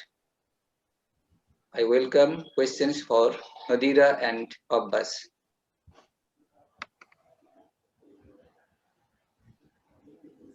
Right. Let me take all of your questions. On the COVID, whether we have the, I don't know which countries are doing selling exercise during the COVID. It's probably a good area to look at it and to analyze it. But again, I would like to give you a more insight. Well, not insight. I would say more practical reasoning why the bank's going to be. We're planning to privatize them. First of all, we started this process before the COVID. All right, so the COVID, nothing related to our strategy goal. We have started actually a transformation of not only the economy, not only the banking, but the overall economy. All right, so since 2017, when our new president elected, he's more keen on the reforming the economy, right? So all sectors, including the banking, including the state-owned entities, state-owned companies, and therefore it has already started a while ago. So the COVID has COVID-related matter is sorted on other funds. So we have different funds, and which actually, if you look at our sovereign wealth fund, they have 27 billion of the cash we have, which is UFRD. So we have enough cash, right? So again, the reason why I said it's not a cash raising exercise. So we don't want our main goal is not getting money to finance other things, right? So the exercise we're doing, we want to make sure that the overall economy is transformed. not only of course, it's true, we cannot transform state-owned banks without transforming state-owned entities. So it has to be hand in hand. And therefore, we are also transforming the state-owned entities. Such an example I can give you that the Uluslararası, which was the state-owned, which is a state-owned entity, recently has issued the inaugural Eurobonds, right? So they haven't had IFRS, they haven't had a rating, they're all financed by the local banks. So we're offloading those big state-owned entities from the bank's asset side, but rather we are making that the state-owned entities can attract funds from the outside very easily, like our banks as well. So the banks also started issuing bonds, right? So they wanna move away from the government funding, but rather they wanna go out to the market and collect funding as much as they need. On that's a reason the COVID-related question, I would say, good question, but that's nothing to do with our agenda. On the comparative analysis, yes, I think it's good exercise to also do comparable analysis whether the foreign banks can increase the banking sector efficiency. And I would say it depends, right? Every bank, every country, they have different exercises. So we don't want only the, I would say, investment banks or foreign banks come to our bank and started pumping up the cash and implying the high technology and laying down the people, but rather we want more IFIs. So if you pay attention, most of the those banks, they are currently working with international financial institutions like EBRD, ADB, IFC. So the main idea of having those entities, international financial institutions, to be on our as a partner, they are transforming the bank. All right, they are not quick raising cash, but rather they are transforming. They're implementing the best practice. They're implementing the knowledge sharing. They're doing the kind of providing a very good as international practice how the banks should operate, and delivering knowledge to the employees, and those kind of things are happening. So most of those banks we have highlighted, those on the list, they're working with the international IFIs, international financial institutions, and some of them, they have convertible loans. So I would say Ipoteka, and I would say from a list, Prompt Bank, they're already working with the international financial institution, and they have convertible loans, right? So if the stage of transformation goes successfully, then they will inject into the equity. So this is how it's working. So we're not really kind of hoping that if we sell off our banks to internationals, and this is the best practice we're going to get. No, of course. If we sell to the only the investors, those exercise would be raising cash. This is not good practice. So we want to make sure that the practice would be an international.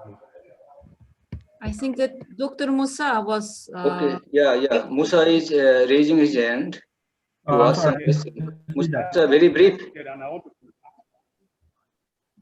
Hello, Musa, you start. Yes. Okay, I'm starting now. The title of my paper is Components of Health Expenditures.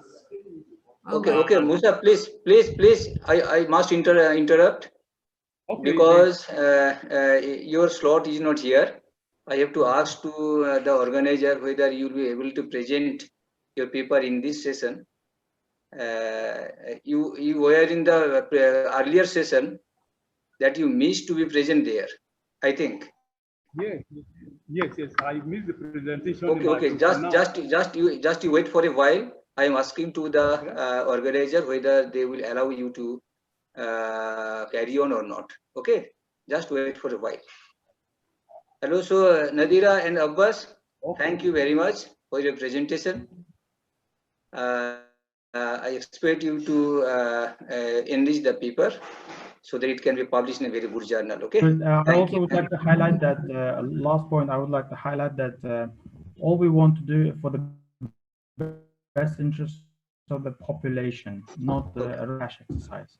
So this is the main point. We need to concentrate. Okay. Thank you. Thank you. Thank you. Thank you for giving such opportunity to present our paper. We were very pleased to participate. So, Dr. Gamze is here. Hello, can I? Yes, I am here. Okay, so Musa has, I think he was in the earlier session. We first finish your session, and then he can make his presentation, I think. Okay, okay. So Musa, sorry, I have to complete the session right now. It is my duty. So then you will be allowed to present your paper, no problem. Okay. Okay. Can I go ahead and present my paper now? Hello? Hello. Can I go ahead and present my paper now? You are audible, but it is not clear to us. I said, can I go ahead and present my paper now? So Actually, you have to wait for half an hour, I think. After that, you will be allowed to present your paper because you missed your session. You were in the earlier session, that is right now over. It is now my session is continuing here. So you have to wait for a while. Is it clear to you? Can you? Very, very clear. Okay, okay. Thank you for your understanding. So now my so Musa, please make a switch off your video.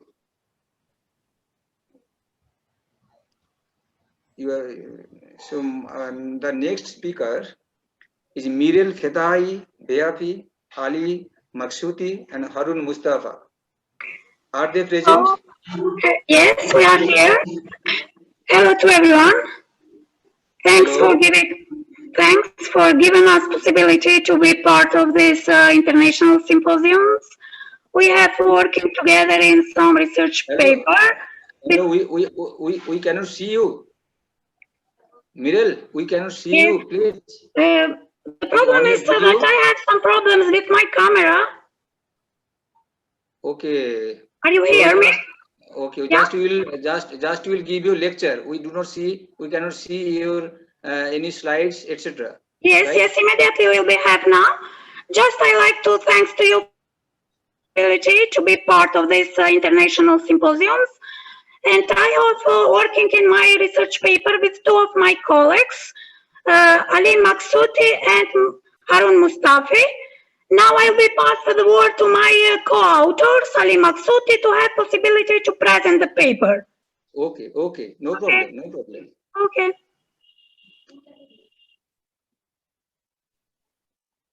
Thank you very much. I will present this research paper in only to share a screen. Thank you, no problem. You start. You carry on. It's okay? Yeah, we can see this. Okay. Our topic in this research paper is empirical analysis of value-added tax and inflation rate using a Tukey-Hesed test in selected Western Balkan countries. This is our topic in this research paper that we have worked for this symposium. So the content of our topic is first introduction and theoretical background of the topic, data and methodology that we have used. Ali, okay. Please. Yes. So your title is empirical analysis of value-added tax and inflation rate. Yes. So what does it mean? Do you want to show the empirical effects of value-added tax on inflation rate like this? Yeah. Sorry. The impact of value-added tax in inflation rate. It's there should be a title. Yes. But here in presentation we have put it directly. But okay, you have to correct this one. Okay, it yes, actually okay. it does not carry any meaning. Yes, yes. Okay, just there the research paper is okay. No problem. Okay, introduction, theoretical background, data and methodology that we have used in this research paper, and results of our and conclusion. You will get Okay, maximum 15 minutes. Okay, so just you have to concentrate on the salient features of your paper. Okay, I think that in this time I will finish. You able to complete. Okay, no problem. Okay. The importance of financial system, and in the same time the importance of tax are connected with the economic growth of the state. We have used some reference of authors and in this part, first chapter. So, in the public revenue in context of public finance are main financial activities that have impact in economic growth of all modern countries. Value-added tax is less than other tax forms, and inflation represents an important indicator in the economy of the. There are many determinants whose effect to it determined inflation tax as a phenomena when prices increase and the real value of individuals' money holding decrease. When it looks taxes, value-added taxes present the most used tax from which can have an impact on inflation. There are many studies that research relationship between value-added tax and inflation. Our sorry. Here to figure 1 and 2, it's a report from of the movement of aggregate consumption and increased weight. We see that the figure is when we have increase of weight, and the figure 2 when we have a decrease of weight. So the main objective of this research paper is to estimate the impact of value-added tax on inflation in 6 West Balkan countries which are not part of European Union, for period from 2010 to 2020. We have used database and information from Statista.com, IMF, Eurofast, and Europa EU for incoming VAT and inflation rate per state. So in this research paper, we have used panel data model for 6 developing countries of West Balkan, like Albania, Kosovo, North Macedonia, Bosnia and Herzegovina, Montenegro, and Serbia. For the period from the first quarter of 2010 and to the fourth quarter 2020. And we used such a model using ANOVA test and Turkey has that test.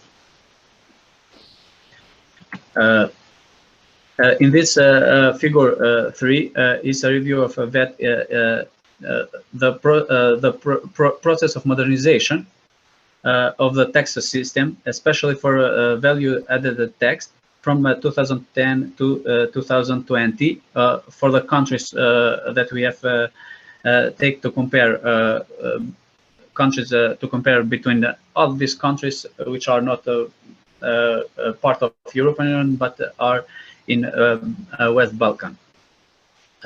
So how we see here at the figure 3, we have shown the curve of tax modernization by adding value-added tax from the period 2010 to from 2010 to 2020.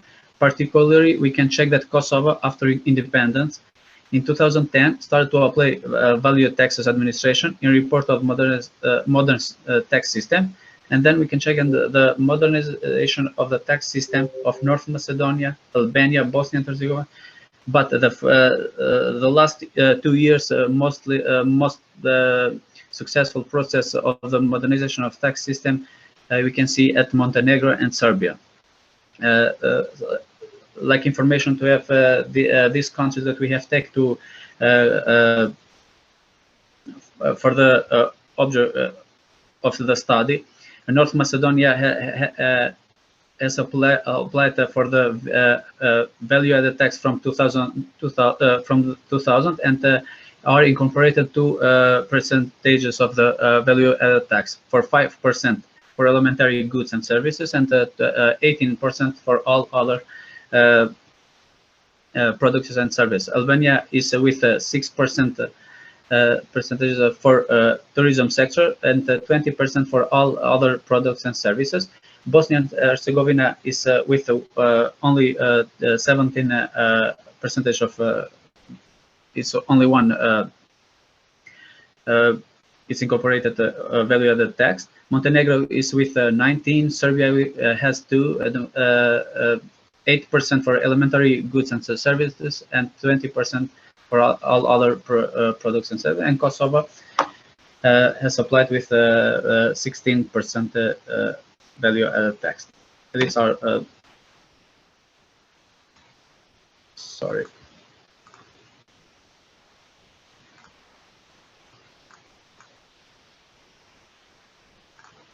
So at table 1 are reviewed value-added tax registration. So how we can see here at the table, to be part of a taxpayer in regular, for example, in Albania, must have turnover for 12 months or 1 year of about fixed. Here is a 2 million lek of monetary value of Albania. Bosnia and Herzegovina is with turnover 50,000. North Macedonia is the different case in Balkan with turnover threshold for mandatory VAT registration, 1 million dinar. Is different because the taxpayer, when we achieved the turnover 1 million in process of in the process, and the moment that we will achieve 1 million dinar, and that moment is a part of taxpayer and so on. Serbia, Montenegro, and Kosovo is same like Albania and Bosnia, must pass 12 months and to get a turnover. For example, Serbia 8 million dinars, Montenegro 18,000 euro, and Kosovo 50,000 euro. At the table 2, we have reports of the incoming VAT per year per euro for 6 of these countries for the period 2010 to, from 2010 to 2020. And here are shown the years and the state. For each year, we have here information of the incoming from VA. And at the figure 4 are shown the curves of all the states and the periods of the periods from 2010 to 2020. Like we said, at the table 2 and the figure 4, other results show the movement of the standard VAT rates in the countries of in this region of West Balkan. So how we saw from the curves and the tables, for example, Kosovo is a little bit down because and it's a new state in Balkan, and the process of modernization has applied in these last years. But we can check in the last year, 2020, are all the incomes from the value-added tax are down because mostly are from the reason of the pandemic period. The table 3 is a trend of inflation rate in observed countries in these 6 countries, and for each year are shown at the table the evolution of inflation for each year and each country. Same are shown in figure 6, the trend inflation in rate in observed countries. So at the table 3 and figure 5, we can see the curves of inflation for this period for all the countries that we have mentioned before.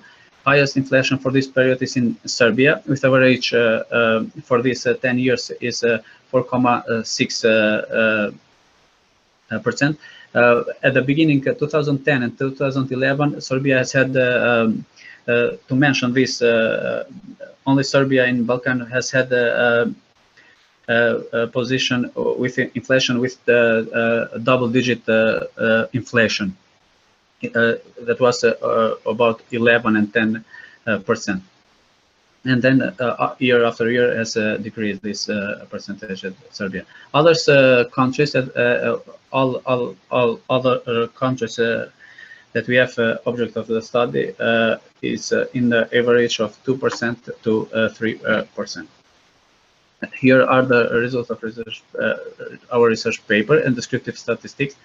All these 6 countries, inflation, standard deviation, and standard error, the situation here is, and on the table is the table 4 results from SPSS calculation of 6 countries of West Balkan. There is shown average of inflation for all countries and average inflation for all countries together for 10 years, which is 1.9%.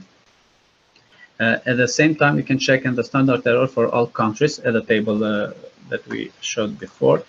Standard deviation and standard error with which for each country and the total average of all countries to these periods.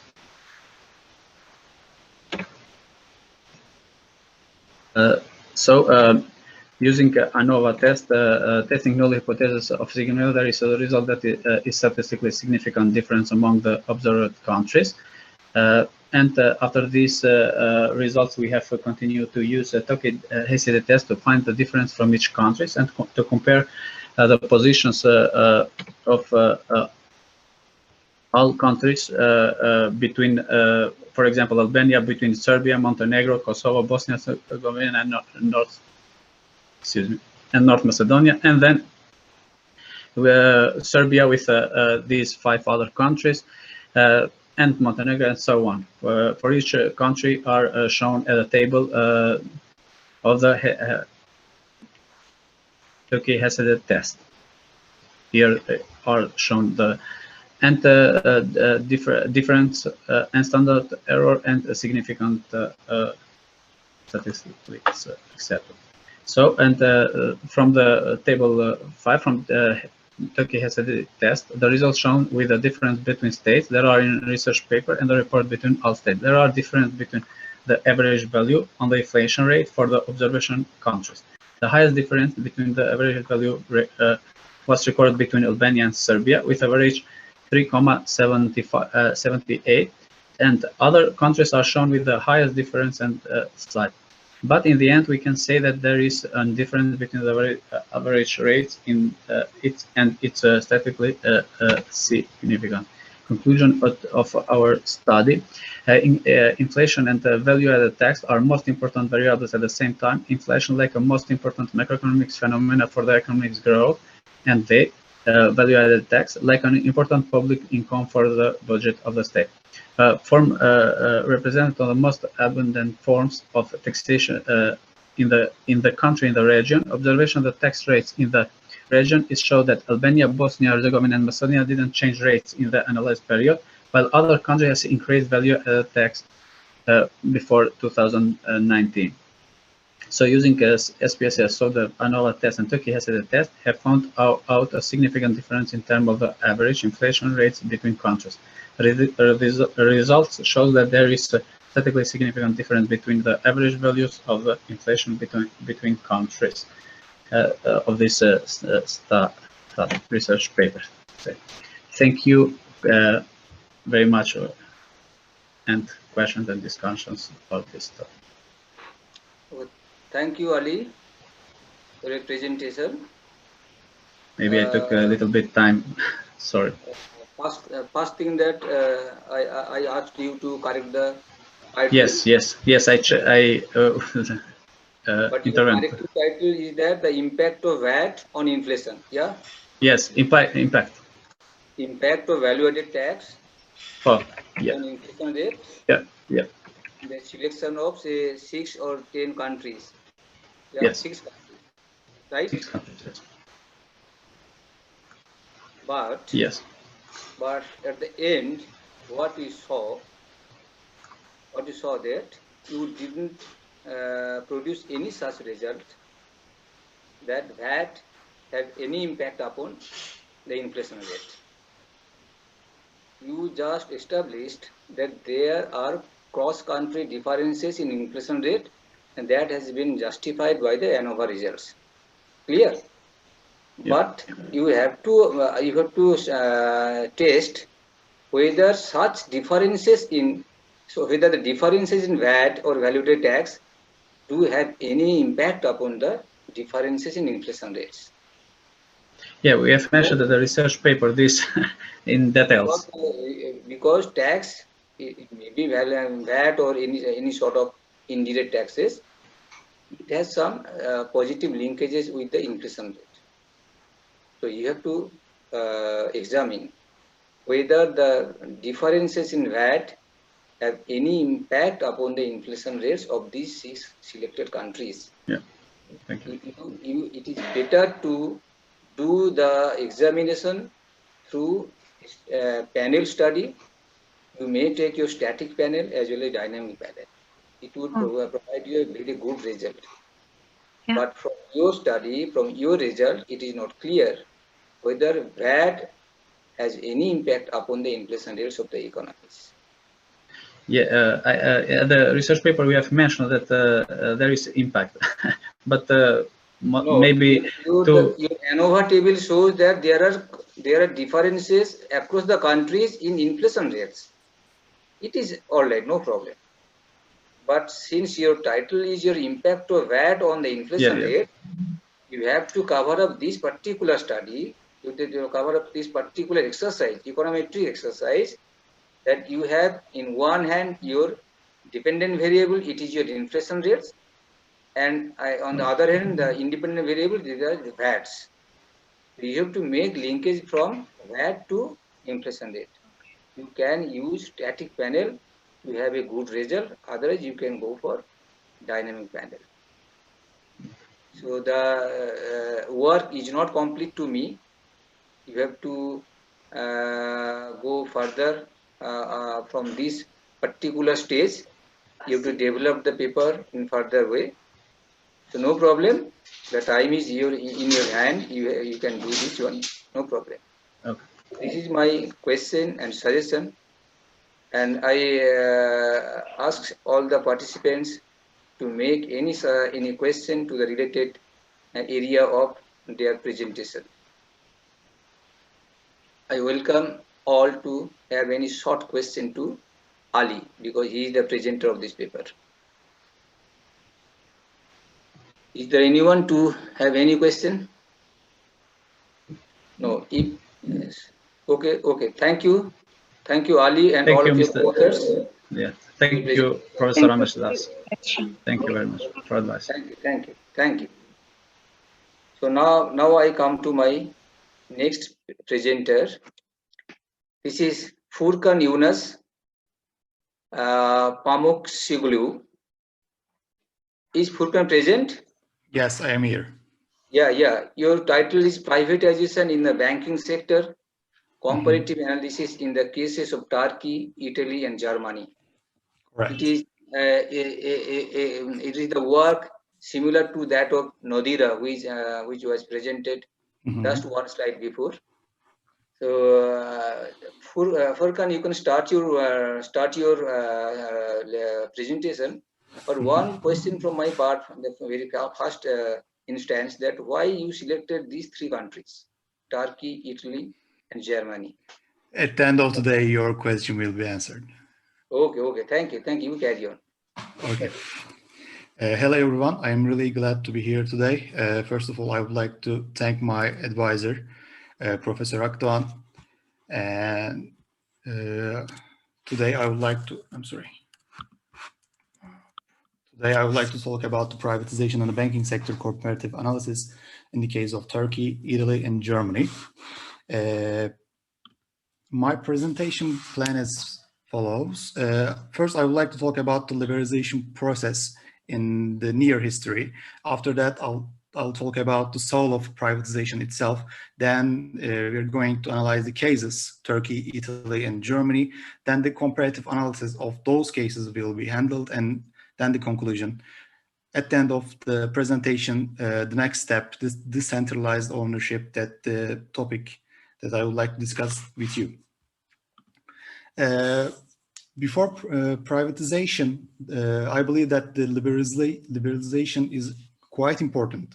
And those two invaluable academicians and economists, John Maynard Keynes and Hayek, and those really unique and very popular, still popular discussion and conflict between those two economists, I believe that is a really good starting point. And as you know, the Keynes back the studies understanding of economy that argues that government intervention of the economy is necessary and helpful for the boosted economy, especially for the bad times. And Hayek is much more liberal economist. The studies understanding of economy that founded by Keynes, which received support and application in many areas of the world in a short time, formed a dominant and valid political philosophy until 1980s.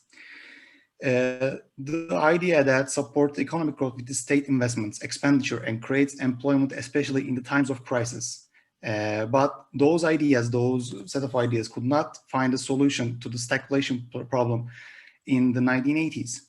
The process of liberal economy and studies economic conflict between Hayek and Keynes found support for Hayek's side starting from 1980s, and liberalization affected the psychology of policy practitioners in the world. Although there has not been a drastic change, the presence and effectiveness of public in the country's economy, I mean the state, has become focus of discussion. Regulation of banking by liberalization, which means my main topic is privatization of banks. Let's talk about the privatization itself. Privatization was first included in the Conservative Party election manifesto in England, 1980s. And the first privatization practices carried on also in England during the Conservative Party period. Later in November 1980s, with the USA by Ronald Reagan, the application became exported to the world and became much more popular in those days.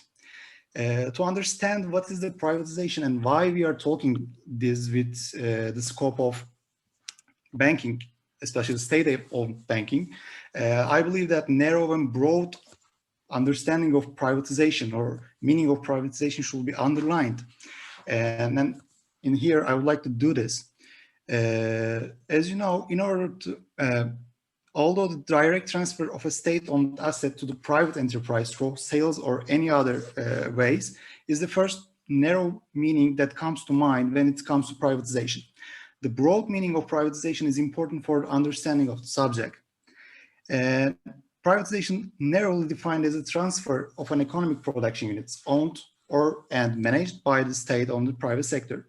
This transfer is generally realized either many ways, but either to the public offering of stocks of the economic unit or by sale of economic stock as a whole, in other words, block sale, or to individuals or institutions.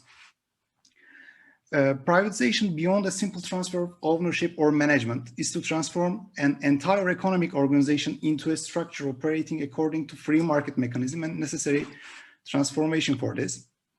Privatization, in other words, is a more controlled adaptation of a public service provider to a private sector with private capital rather than a transfer. In other words, this process is like an organ transplant from one organic structure to a new one.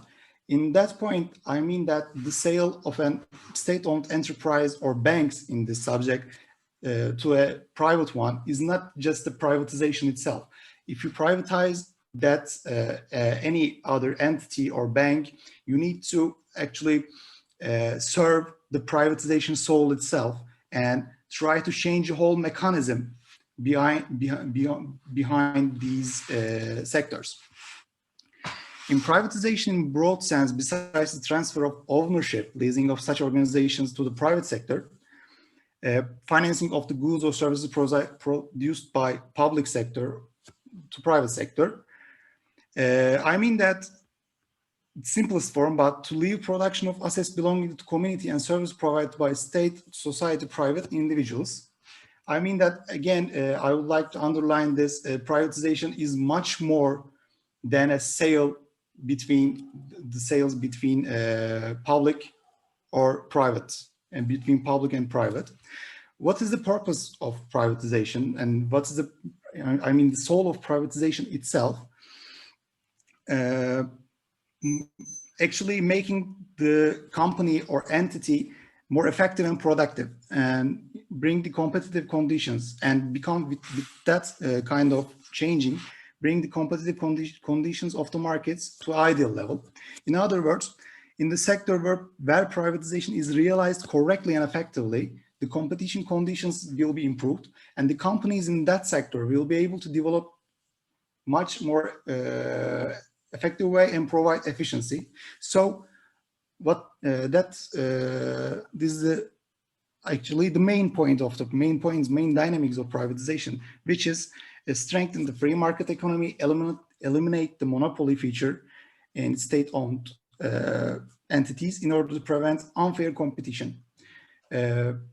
By reducing the public economy competition, which is the most important factor in the function of the market economy, will be achieved. However, while doing this, the necessary measures should be taken to prevent public monopoly turning into private monopoly. Otherwise, inconveniences of private sector monopolized will be settled in the economy, and which will be obtained from privatization. So the mean is that when you privatize any entity, from state to private, you need to create such environment that works with free and well working competition conditions and a served free market economy. If you just sell one entity to private one, from state to private one, it doesn't mean that you privatize it. So the market itself and market condition itself is really important. I'm not talking about privatization methods very deeply, because it depends country to country and from various different types. So I skipped that part, and I will talk about the case of Turkey, privatization of state-owned banks. After the proclamation of the Republic of Turkey, the many enterprises in various sectors were established in the state in order to accelerate their economic growth.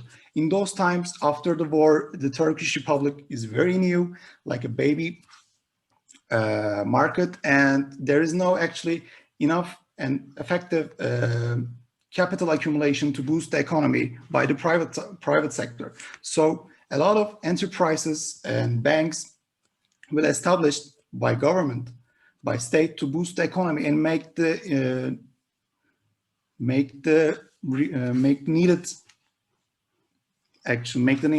needed investments. So when examined in the case of public banks, were established to support sector-specific areas due to the lack of capital and financing in those times, like Republic of Ziraat Bank in Turkey supporting the agricultural sector financially, and Halkbank supporting the tradesmen, craftsmen, small and medium-sized enterprises financially.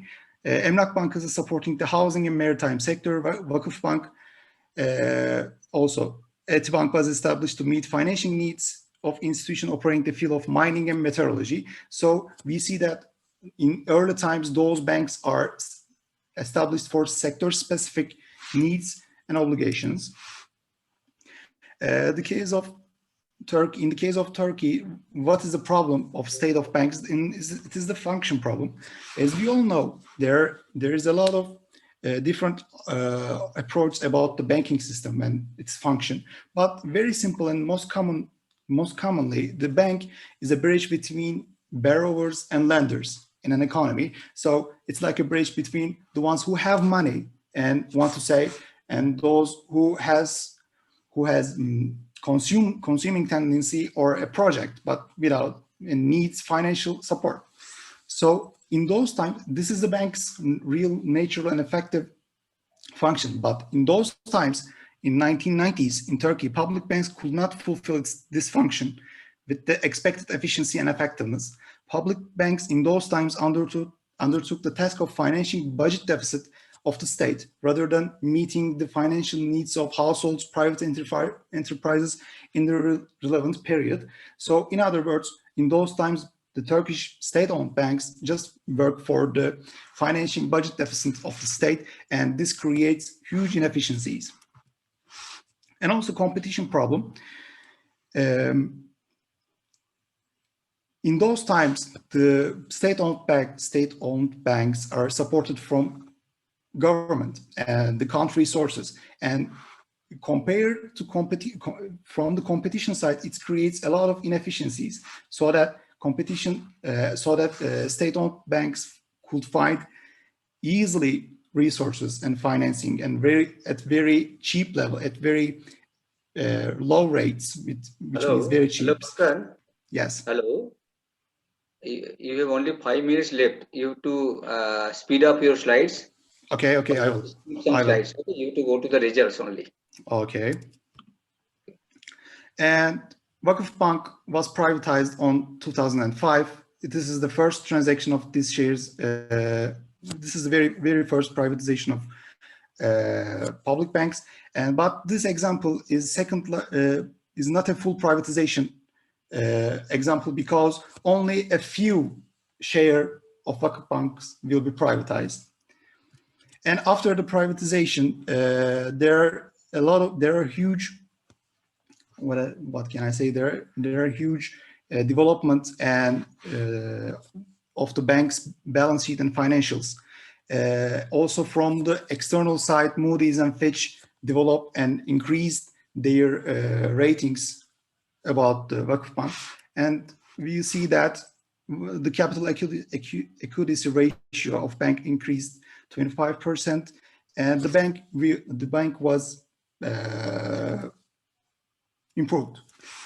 In the Italy side, at the end of the 80s, Italy banking system consists of private banks, public banks, credit cooperatives, and banking system asset structure was largely fragmented with small institutions and state banks.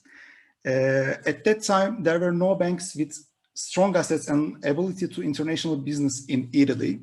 And also, the regional networks and activities founded were regulated by really strict rules. So there are a lot of banks, a lot of small banks, and with the regional strict rules, so that there was no any international banks with huge and very powerful capital. And the foundation of in these years, state banks were transformed into joint stock companies, divided into two separate businesses, and foundation and joint stock company. The foundation was organized to represent principal legal entity and transferred banking section to the joint stock company with the sale of shares. They sell the shares.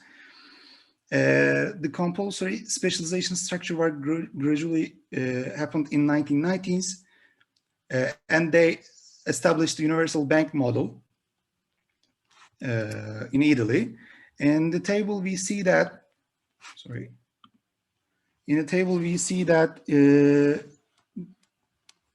in Italy, Italian public banks in the privatization period, from 1990 to 2000, and we see that capital adequacy will be much more higher than at the beginning.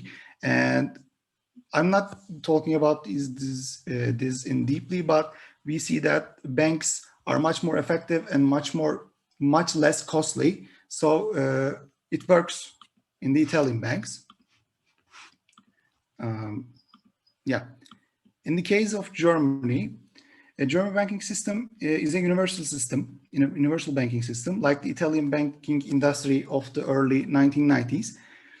Consists of public, private credit institutions and credit cooperatives. However, the German banking system did not experience a major privatization reform just happened in Italy. It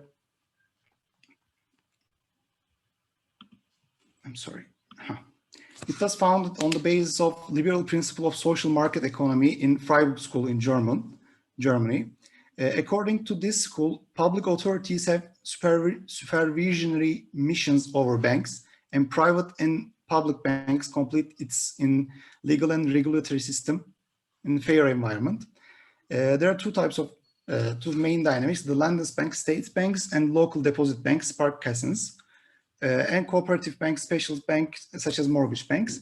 The market share of first 5 banks in the sector in 2000, approximately out of 2,000 banks at the year of 2004 is only 22%, which shows that German banking sector has a large number of banks and dispersed structure. Also, the lack of concentration in the banking sector indicates that there is no structure will deeply affect the competitive environment. Public banks have a share of approximately 25% in the sector, so kind of a homogenic type of sector in Germany. The state guarantees what happens in Germany. The state guarantees the risk assumed by the Landesbank and to the public banks, a low risk rating agency, and they have high ratings. Landesbanks can find cheaper and faster financing compared to private banks. Also, it shows that there's a competition problem between public and private banks in Germany. This situation somehow disturbs the fair and competitive environment expected from the Freiburg School, which dominates the sector. Even if there is no high concentration of public banks and power of state-owned banks, actually, but it still creates a competition problem in Germany. In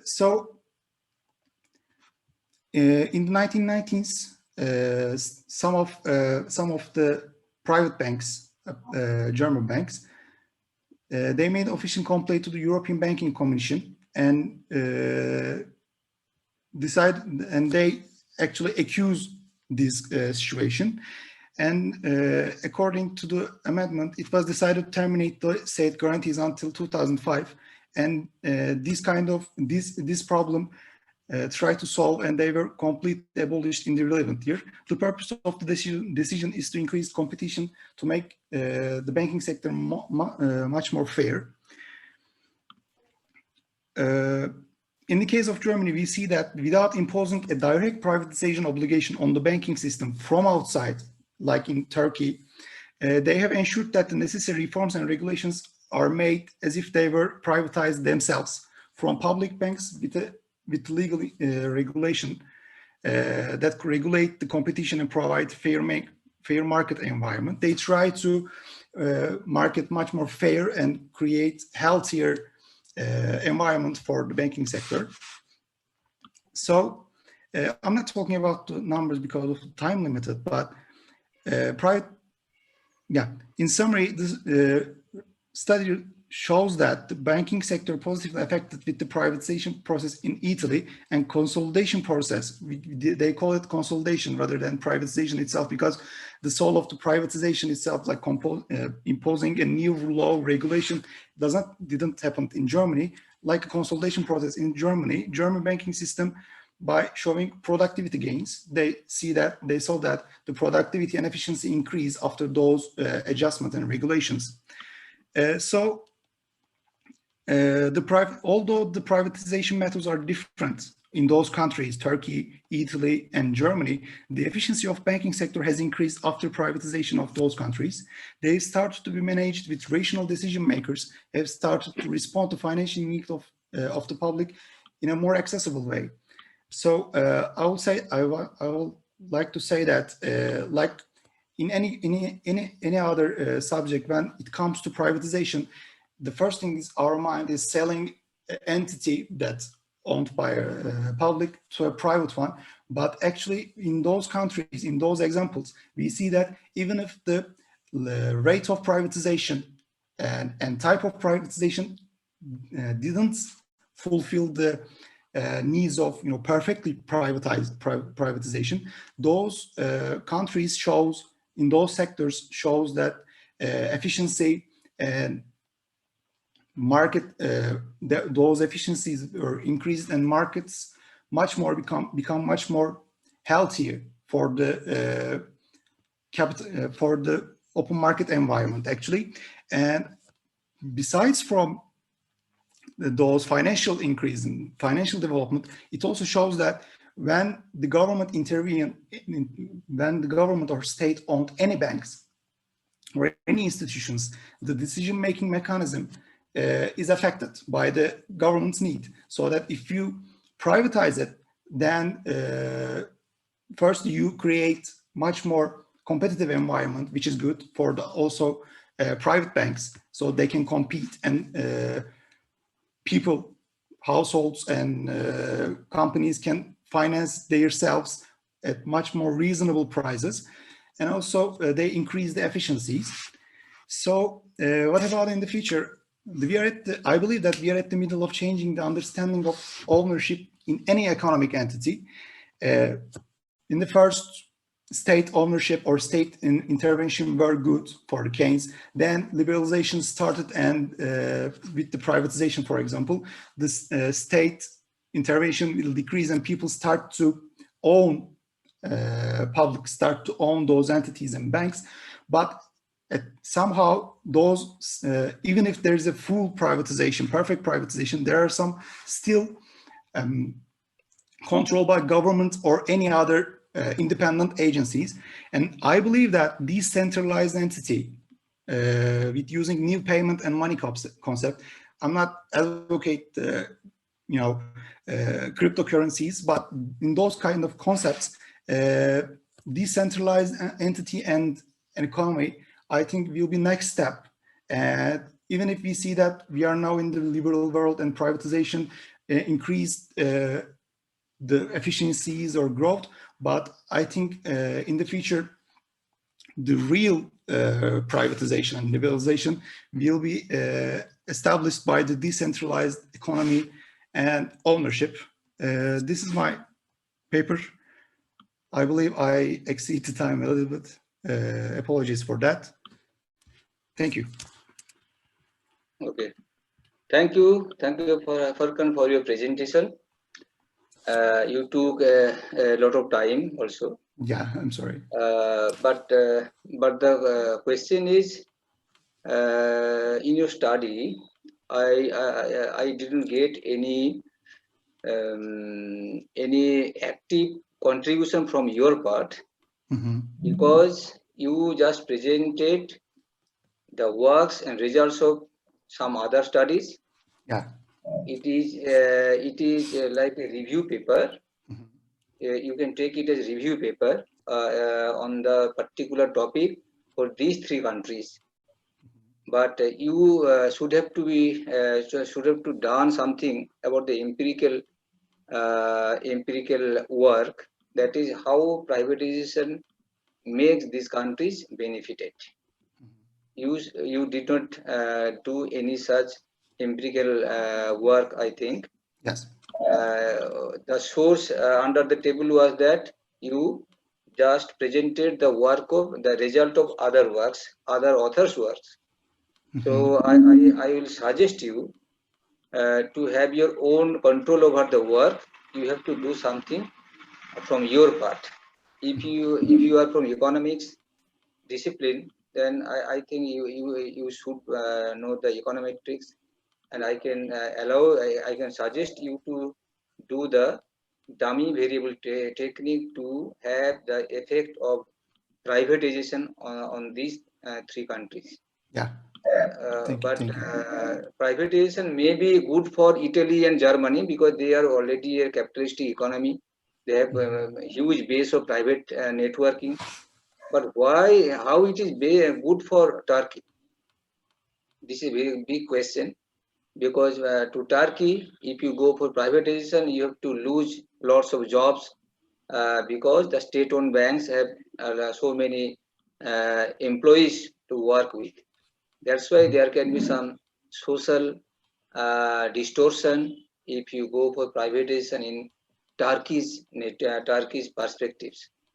Otherwise, I suggest you to go for some empirical works. Okay, it will be helpful to you to justify your footings. Okay.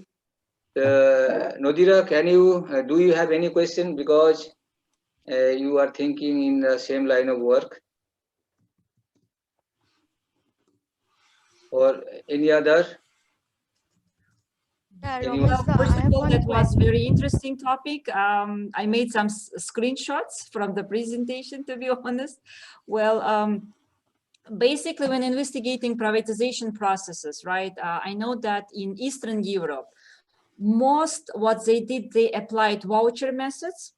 And they also privatized not through the attracting foreign capital, as far as I know. I investigated a case in Poland, in Eastern Europe mainly, in the Czech Republic. So they also conducted privatization by distributing for free to the local population, right? So my question is, to what extent do you think that's efficient? For example, in Russia, they didn't follow that step. What they did, they mainly focused on, no, they did follow the step, but they did it at the stage of the reforming, right? Back in early 19th and late 19th in Russia, they had this privatization when certain proportion of state ownership was distributed through vouchers to local population. Well, in Eastern Europe, most countries, they followed the state, but there was a combination. So which one do you think is more efficient? Should we attract foreign banks, like in our presentation, or should it be the combination of various approaches? I believe that for the Vakıfbank case, actually, even if some sort of share privatization, which is really limited, and as I said, it is not a perfectly privatization, and it works. Their ratings was improved, and their profits and efficiencies analysis shows that the for the Vakıfbank, the result is great, but I'm not really sure, and I think there's no like one possible and correct answer for your question, because it depends on the banking system of the country specific, and maybe the bank itself. But I believe that even for the foreigners or the local people, as the portion of the state decreases from any entity in the bank, for example, banks, the efficiencies and efficiency actually, and the efficiency will be increased actually. So in other words, the lower the rate of public, lower the rate of states, much more efficient and growth opened entities actually, I believe. I would like to answer your question in that way. Yeah, but because privatization, as you mentioned, was firstly introduced in England, right, by Margaret Thatcher. I mean, we call her Iron Lady, right, as far as I know. And she was among the first in 1980s who put into practice the privatization process, right? So she was a pioneer in that case. When I was investigating that case of privatization in various countries, actually my research paper is on privatization itself, but we see privatization as a restructuring process. It's not just simply getting money and using money, right? Yeah. It's basically introducing new approach to management. Through the attraction of foreign capital. That's what I see. But I know that in many countries, they even practice the case distributing ownership among employees. So that also happened. Okay. Also, as I said in the presentation, like it's like a organ transplant. You know, you cannot privatize any entity or banks just selling some portion of it. You need to, as you said, recreate the environment, recreate the from financial side, from management side, and from the market side, so that the privatization happens. And as you said, I totally agree with you. Privatization is much more complex than it seems, actually. Right, exactly. Okay, probably we should work together if you don't mind. I can get your contact and issue one international paper, let's say, and thanks to that symposium. Thank you. I would like to. Thank you. So, Chandrima, do you have any question? Yeah, I want to give a suggestion or comment, whatever. So already Rameshda has pointed out, Rameshda has pointed out that you need to have some empirical exercise. Yes. Okay, yes, along with your review work. And I mainly want to emphasize on the measurement of efficiency. you are using the term efficiency so many times, Yeah. but if you go through the literature, there are some separate branch of study which deals with the measurement of efficiency. There are alternative ways, and you must have to do that exercise before Yes. making any comment regarding the efficiency. You are saying that after privatization, the banking sector is becoming more efficient. So for making those comments, you should be very much alert. Okay, Yeah. you have to make the empirical exercise before that, and then you can easily comment then whether efficiency increases or not. Okay. Okay, thank you. Okay, thank you, Farkan, for your presentation and Thank you. good discussion. Okay. Yeah, thank you so much. You have the platform that you can work with Nadira and her allies. I would like Okay, to. I would that like is to. the purpose of this conference. Thank Okay, you so okay. much. Thank you. So now the final presenter of this session is Oltenio Florian. Oltenio Florian, are you present? Hello, Oltenio Florian, are you present? I guess so. He isn't here. He sent me mail, but he isn't here now. So we can finish the session. Okay, no problem. So there are 4 presenters, good participation, good discussion, and good academic value. I think there will be some fruitful results in the future research, all of the studies. So thank you all the participants again. Dr. Gemje, will I be present there or I will quit? No, now, dear Chandra, you can go on. Musa, I guess, here. Okay. But first of all, I want to thank you very much you for accepting the session chairman, Dr. Ramesh. Thank you very much again, and all participants. Thank you. Oh, my pleasure. And now, dear Chandrima, Yeah, I'm here. You continue with the participants who are here now, and I guess now I see Musa Nuhu in your session. Am I right? Okay, yeah. Was there? But Musa Nuhu, are you here?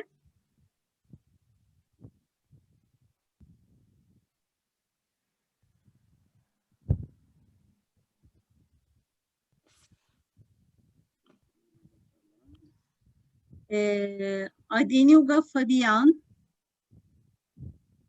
and Richardson Kojo Edeme. Dr. Gamze, hello, can you hear me? Yes, I can hear you.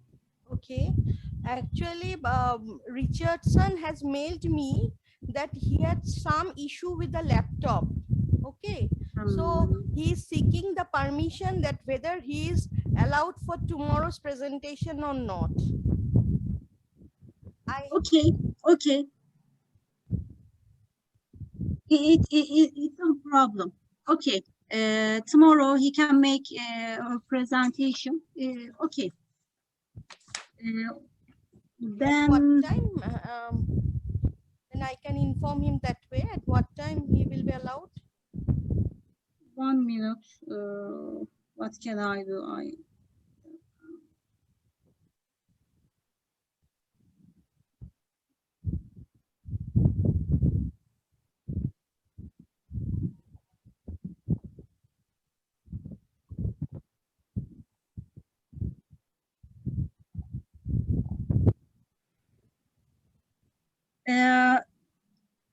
Is your schedule suitable for tomorrow? Tomorrow, Doctor- if it is in the first half, then it will be okay because we are having some information about super cyclone called Yas in West Bengal. So that's an issue tomorrow. I don't know whether I can join or not, but I'm not certain about it. Depends on the weather condition. So I will try, but I think if it is in the first half. Okay, It okay. is If okay you for you wish, all. they can make their presentation a video presentation. If you wish, we will accept it. Pardon, Video. I can't. Video presentation. Video Okay, presentation. okay, okay. And they sent my email. We will accept it. Right. Okay, so I want to thank you so much for accepting session, chairman. Thank you so much. I am also very much thankful to you, all of you, the organizers of the symposium, and I'm very much happy to participate in this type of prestigious program. Yes, we always talk to you, but I also found the opportunity to see you and Dr. Ramesh Das. I'm pleased. Thank you. And thank you again to all participants and chairman. See you later. Okay, thank you. See you too. Thank you. See you. Thank you. Bye.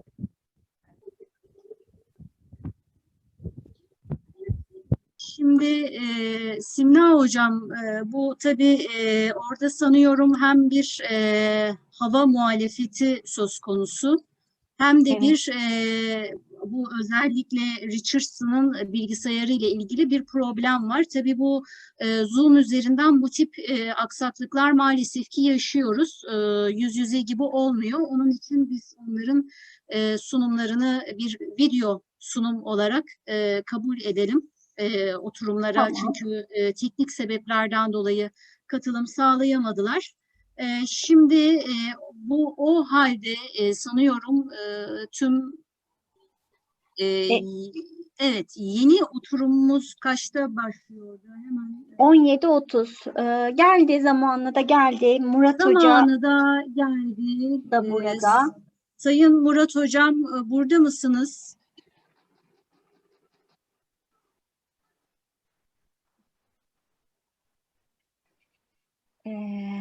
Gökhan. Gamze Hocam merhabalar. Simra Hocam Merhaba. merhabalar. Merhaba hocam. Nasılsınız? Merhaba hocam, sizi Merhaba. burada görmek çok mutluluk verici. Teşekkür ediyoruz. Oturum başkanlığını kabul ettiğiniz için öncelikle. Bizler çok iyiyiz. Her şey yolunda. Siz nasılsınız? Teşekkür ediyorum. Ben de çok iyiyim. Ben de mutluluk duyduğumu belirtmek istiyorum. Böyle Uluslararası Maliye Sempozyumunda.